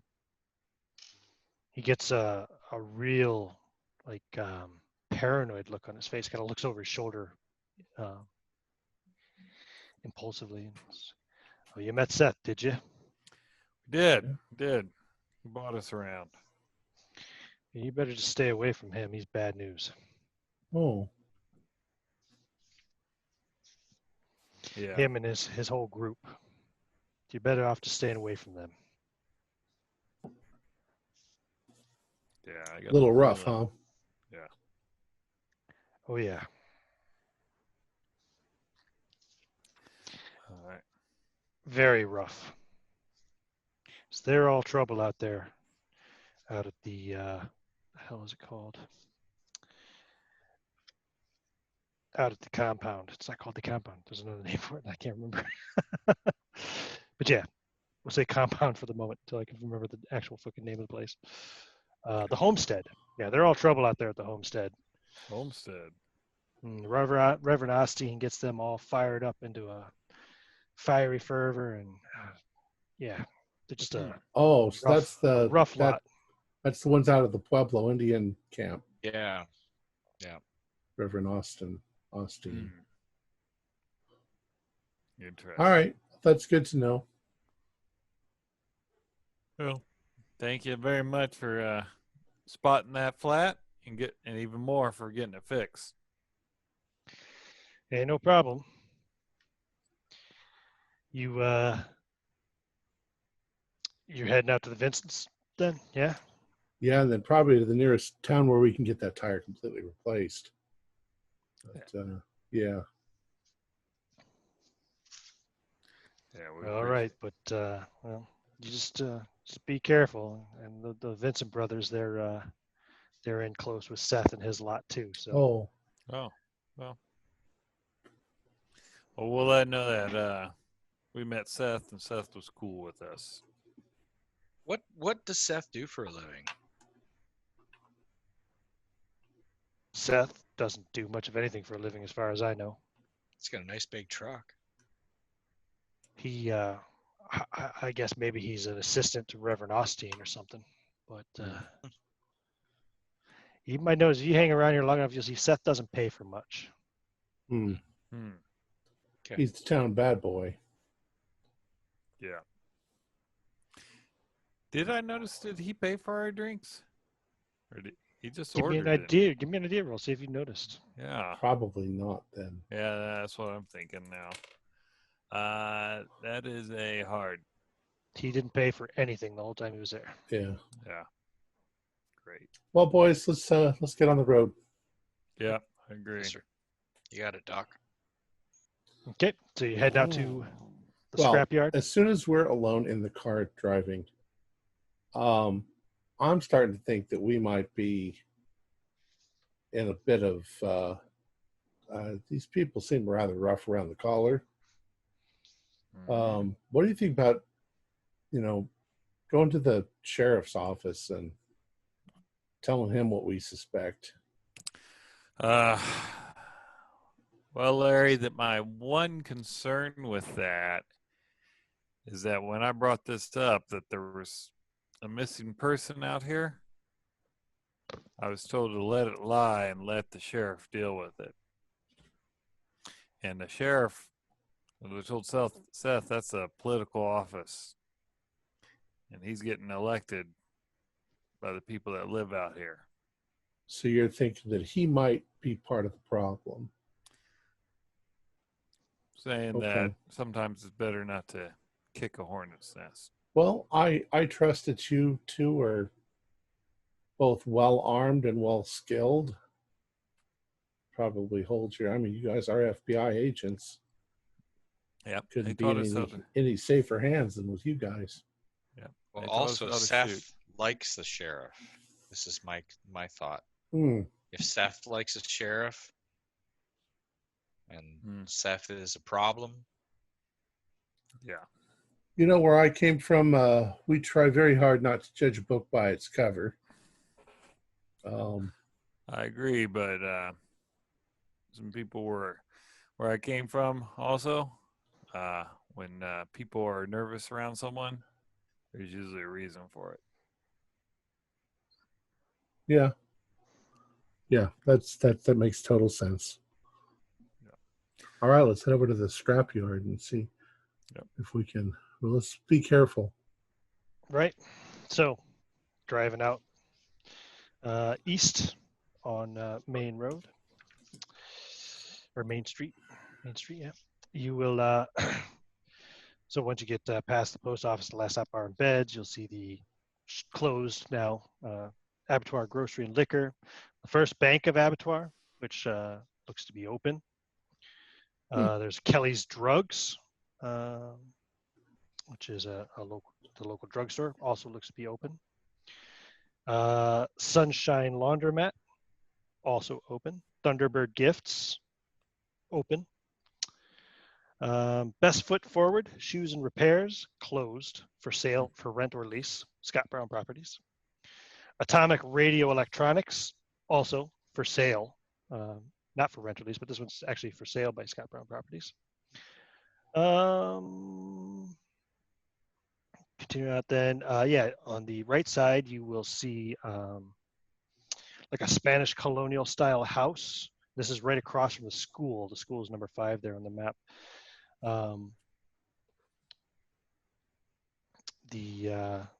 Has a wooden sign with a lime green logo near the road that advertises it as Scott Brown Properties.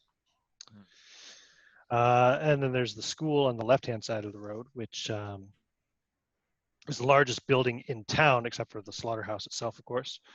Red brick, flat roof, trimmed granite, large pair of double doors, side entrances at both ends. Etched into the granite above the door, it says Wayland Community Public School, established 1952. It's 3 stories tall. Wow. And the entire thing is surrounded by a 5-foot-high chain link fence. No gates on it. So obviously the fence is just erected to keep people out of the building. And on the fence, of course, is a Scott Brown Property sign. So the school's not open. No. What day of the week? You still is it? see, actually, in some of the windows, you'll see yellow construction paper, kind of hands put out to spell "Go Rattlers." Put out to spell "Go Rattlers." Okay. What day of the week is it? That's a good question. Hold on a second. I'll tell you. I fucking forgot. July 28, 1975.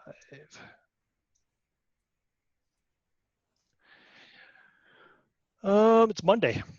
Okay. Just wonder where their kids go to school. Well, give me an idea roll. I haven't seen a woman yet, so I think they got kids. Well, I got a 66, so that's a pass. You've not seen a woman nor a child since you arrived in this town. Yeah. Well, it's hot. Mm-hmm. It's true. No, I'm kind of. But they definitely don't go to school here. Yeah, so there's no school here. How bizarre. Maybe they've all moved out. Who wants to live here? Jeez. Yeah. It's lower property taxes without a school. I'm not so sure now that I feel comfortable with everybody leering at my niece. Yeah. Yeah, did you notice that? Yeah, everyone thought she was a pretty girl, like they hadn't seen a pretty girl in a while. You know, it very well could be that they've all moved out here and that the women are like, fuck this, and they just left. Mm-hmm. Now they're all slowly dying off. All right. A little out past the school, you'll see a normal-looking Georgian-style house that looks really well-maintained. It's the nicest looking house you've seen in Abattoir. That wouldn't stand out in a suburb of Dallas at all. A sign on that door, sign out front says Dr. Robert L. Brenner. 9 to 5, Monday through Thursday. For emergencies, call EM64128. Oh, so it's office as well. Yeah. Yeah, I would be surprised. Office yeah. and home. Yeah. Then drive past a few more houses, and then you'll see the beef company on the left-hand side. On the right-hand side will be Ridge Road, which goes out to I think it's a sporting goods store. No, hardware and lumber store. Yeah. And then several other houses down Ridge Road. But on the left-hand side, Hackett and Sons Beef Company would definitely catch your attention. It's a massive cinder block building, which has a factory and warehouse kind of look to it. Has 2 loading docks on the southern side, frosted windows set high on the outer walls. Painted across the long side of the building that faces the street. So this is as you're turning onto Hackett Road, you'll really be able to see this. Is the name Hackett and Sons Beef Company, real people, real meat. The entire complex is surrounded by 10-foot chain link fencing with 3 lines of barbed wire at the top, pitched outward. The only way in or out of the facility is a gatehouse, but is currently chain closed with a keep out sign hanging from it. There are also keep out signs mounted basically every 30 feet or so along the entire perimeter of the fence. The other building on the property is a long corrugated steel Quonset hut with huge double doors at each end. Judging by the tall cylindrical feed silos beside it, it looks like it's probably the cattle barn.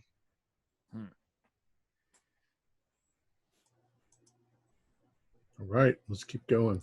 Yep. But you really only kind of get a glimpse of that, I suppose.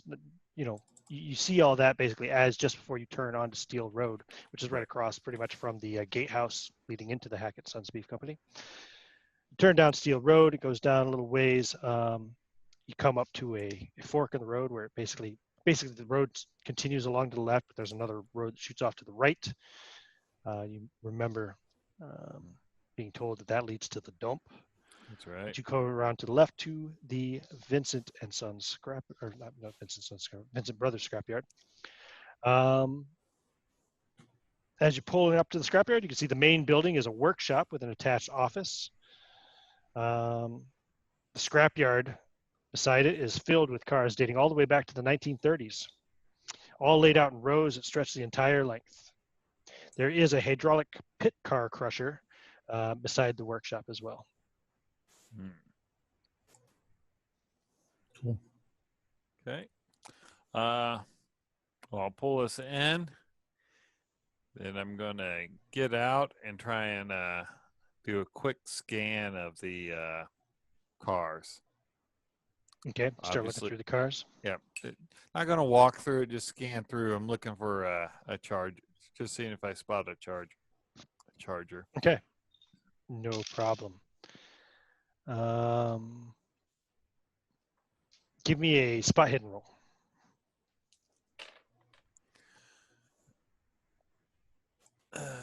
Yeah, I could. 62. I've got a 60. I'll spend 2 luck for that. Okay.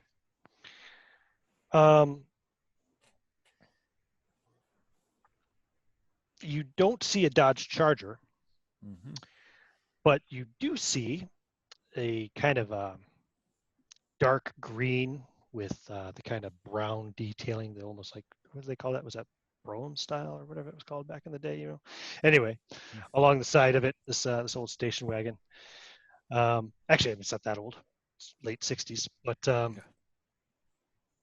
that looks very much like a car attached to another one of the missing person cases that you noticed from.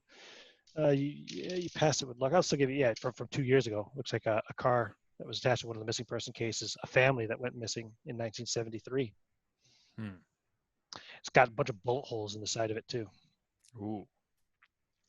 Okay. Several of the cars have bullet holes inside of them, in fact. Okay. The license plates are missing, so you can't be sure if it's the same car, but it looks just like that family station wagon. It was a husband, wife, and 2 kids that went missing in 1973. All right. I'll lean over to Chris and I'll relay that to him as I go on. Keep your noggin on a swivel. Yep.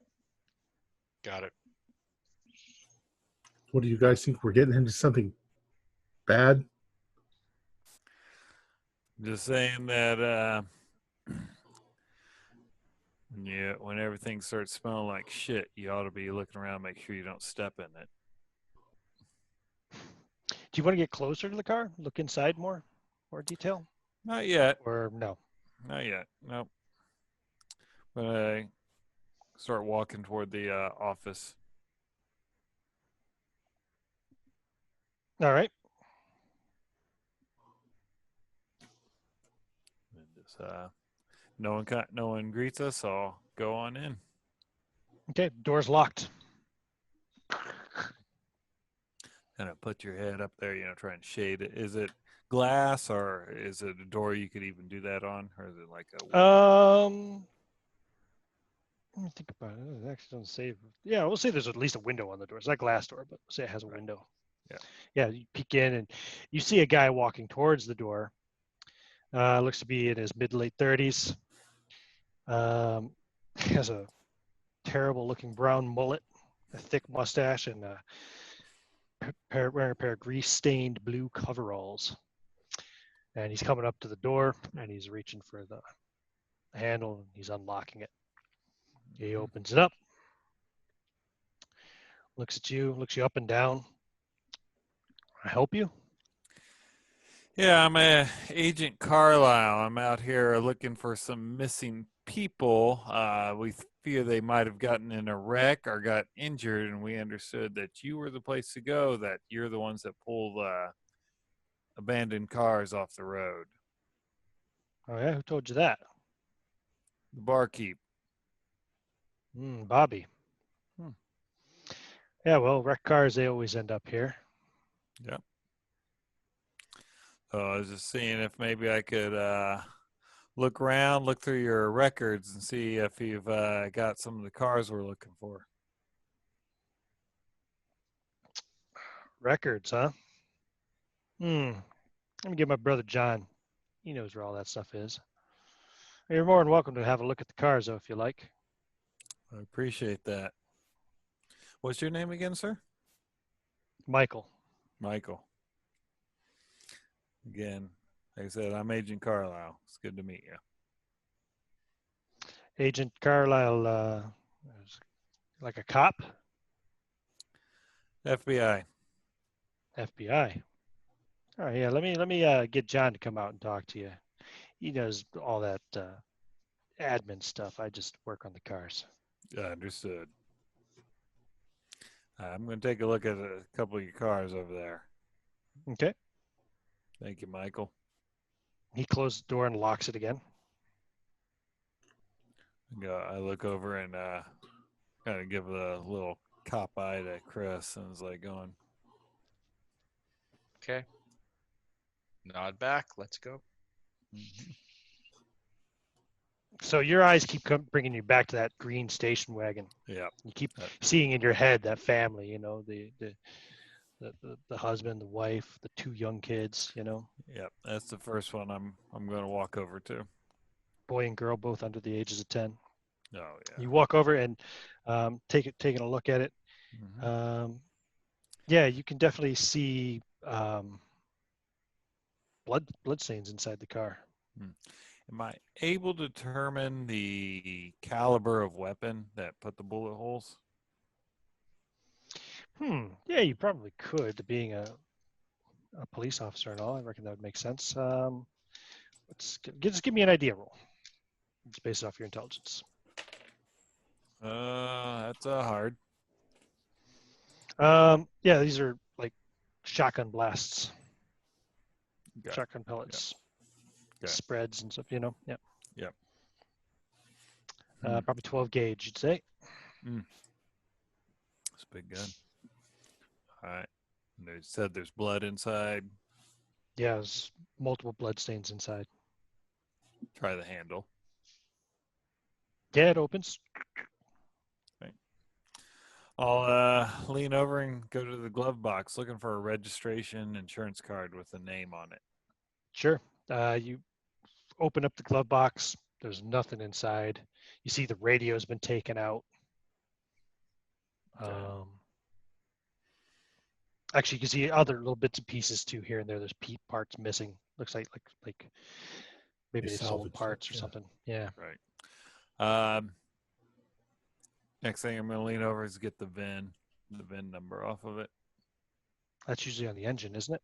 It's usually either, On the there's dash. two places. There's usually a sticker on the door. And then if that's not there, then on the dash, it's actually etched into it. Right. Okay. Yep. Sure. You can find the vehicle identification number. No problem. I'll write it down. I just couldn't remember where the hell they were. Yeah. It's one of those things I never even think about. Yeah, I'll write it down. Obviously, there's no way I would have that memorized. Sure. No problem. Yep. You can write it down. And then the office door opens and looks like the same dude comes walking out. Comes walking up. Says, how's it going there, officers? I understand you wanted to talk to me.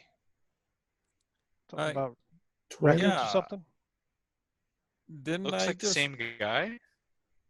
Yeah, twins. Yeah, as you're looking at him now, you realize it's definitely not the same guy, but they look so close. Twins. Maybe they're twins. Yeah. Yeah, it's like, oh, yes, I'm sorry. I I'm thought you were John Michael. Vincent, he says. No, Michael's my brother. I'm the smart one. Okay. Not making any judgments on Michael there with that. Yeah. We were, as I explained to your brother, we're out here looking for some missing people. We think they might have got in a wreck. Maybe they tried to walk off somewhere, and bad choice here out in the Devil's Backbone.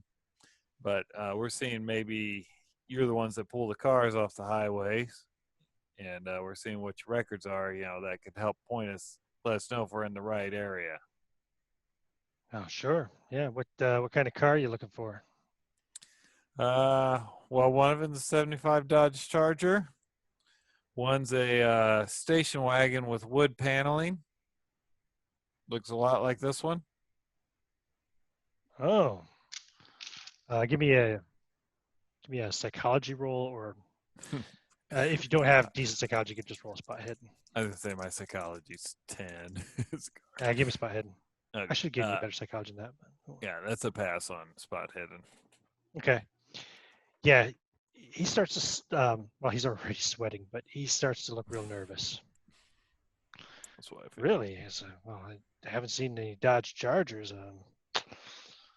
But yeah, that station wagon, that's been sitting there for years, huh? Oh, has it? I mean, because this model. What do you mean by years? Oh, I'd say it's been there since 73, 74 maybe, 73. but Mm-hmm. What year is it now? 75. 75. 75. Okay.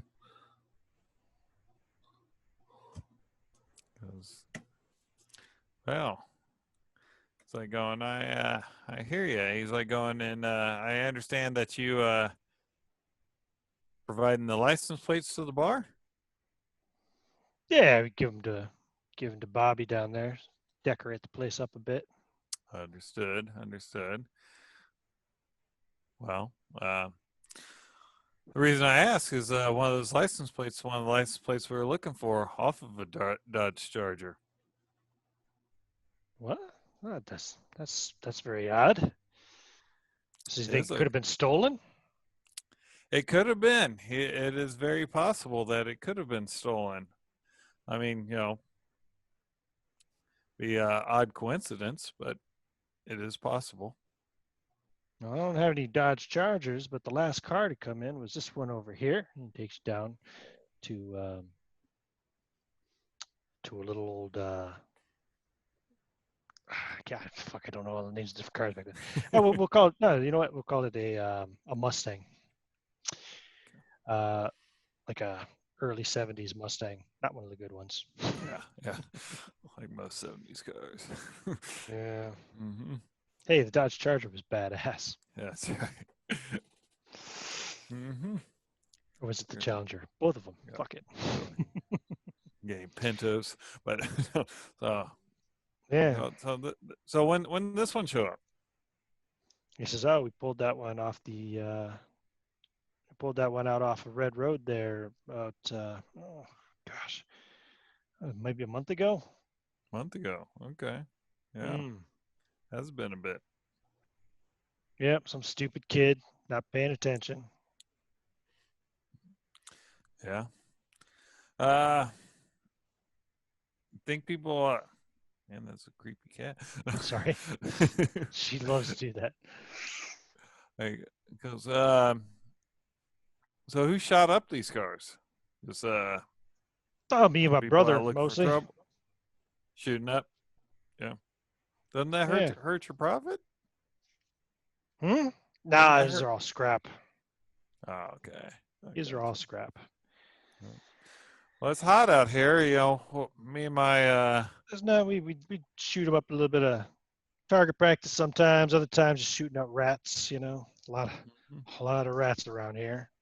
Right, yeah. Well, it's hot out here. Me and my compatriots, we'd like to, if you wouldn't mind, we'd go look those records inside your office. Well, yeah, sure. You're more than welcome to come on in. He goes over and unlocks the door, opens it up, And you see a sofa, a soda machine, a large metal desk.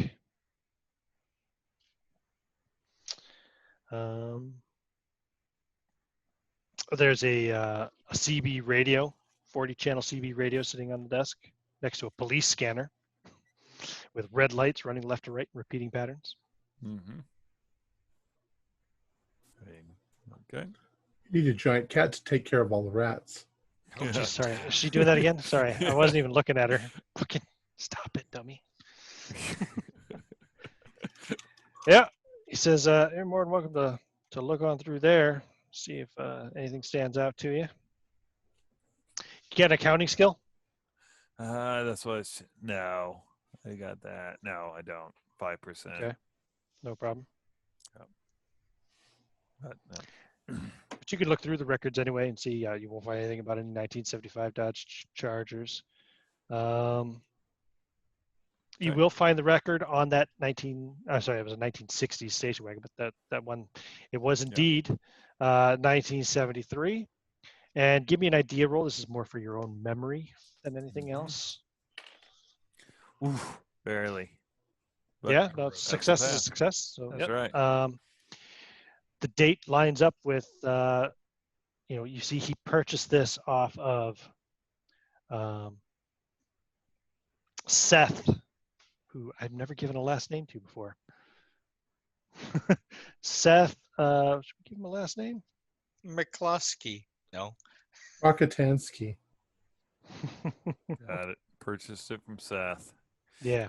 Does it have Seth's address on the records? It just says the homestead. In fact, that's it. Yeah, it doesn't say a last name. It just says purchased from Seth, the homestead, for a pretty cheap amount of money, and it was actually purchased 2 days before those people reported missing. Now, they had already been missing, of course, probably for days before it was reported. So right, yeah. Got it. Okay. And you see John standing there kind of nervously, like watching you. So I hope everything's okay. Find anything untoward in there? Now that you've mentioned that about Seth, I'm going to make a pointed search and see his other vehicles. Is he consistently purchasing it from people from the homestead? You see multiple purchases of cars from Seth. Okay. Yes, by far and wide, his name is the one that appears the most. Several others are just listed as, wrecks that were, salvage or whatever. I guess that's how they'd list it. Right. But yeah. Those would be perfectly legitimate. Yep. Mm-hmm. Okay. All right. Well, is there anything else we need here? Not that I can think of right off the top of my head. All right. Well, if you guys need anything else, me and my brother, we're always here. Thank you, John. Tell Michael that we appreciate him getting you for us. Did we see Michael while we saw this one? When you came back inside? No, but you can hear the sounds of somebody working in the workshop. Okay. Which the office is attached to. All right. You can hear a radio playing in there too. It's currently playing Paranoid by Black Sabbath. Ooh. All right. Okay. So where will you go from the scrapyard? By this point in time, let's see here. 11 o'clock, 12 o'clock. Yeah, it's approaching 1 o'clock in the afternoon. It's probably reaching the pinnacle of heat nearly, Yeah. Up to about 110 degrees Fahrenheit. Well, I have a feeling something is obviously going on here. Yep. Yeah, I have a feeling that Seth is doing something to get these vehicles. Yep. I mean, why would a professional scrap dealer shoot a vehicle up? My suspicion is that Nobody Seth, out here is buying any of this shit. They're just Yeah. They're just buying them up. And, it could also be that Seth That's and right. his buddies are going up and down the roads all the time. So Yeah. if somebody does break down, he finds them. Could be. true. Yep. True. The dock seems to be doing pretty well for this little town out here in the middle of nowhere. He does, yeah. Was there a town hall? Was there anything where There you was. would Yeah. have? It was We a drove post by it. office town hall. Okay, Yep. okay, yeah. So you could find. Well, should we stay in this town or should we? Well, unfortunately, I think we're where we need to be, and there's not a lot of options for places to stay. I mean, we almost burned up almost over half a tank of gas just getting here. Well, I mean, I know my car doesn't get that great of a gas mileage, but do you think that we're in any serious danger here? no, serious danger? No. You got two armed people. I got another gun in the trunk of my car, so we get into Well, trouble. Probably two, actually. I don't know. Chris, does Chris have a backup gun? Yep. Backup gun, shotgun, yes. No, If A we couple. if we need to stay here, then let's stay here. If we need to continue asking around town, Mhm. Yeah. Maybe we should check out some of the other shops and talk to some of the Yeah. other people, like the gift shop and that. yeah, they could have gone into the gift shop. Mhm. So you gonna drive into town? Yeah, I think so. It's early enough in the day. It's only 1 o'clock in the afternoon. Yeah. Anything that's open should still be open. So as you pulling away from the Vincent Brothers scrapyard, you look into the mirror and you can see John and Michael Vincent staring at you from the door, watching you drive away. Mm-hmm. And I think that's where we'll wrap up session. Okay. Our players included Sean Little, Keith Craig, and myself with Ian Christensen as the Keeper of the Secrets. Currently producing up to 4 shows a week with music and sound effects added in post-production in order to create a richer listener experience. We provide audio-only versions of our shows free for you to download from Podbean or iTunes. The costs involved with the show are provided almost entirely by our patrons. Without them, we wouldn't be able to do what we do. If you'd like to help support our show, please visit our Patreon account. Just $1 a month helps us a lot. You can find a link in the description below. Like, share, and subscribe to our channel, and punch the bell icon for updates on our latest shows. And leave us some comments. We enjoy reading them and answering any questions you might have. This is Tom Rayleigh, together with all the members of our gaming club, inviting you to journey with us once again into the darkness for another adventure into the universe of H.P. Lovecraft and the Call of Cthulhu role-playing game. Until next time, good luck, good game.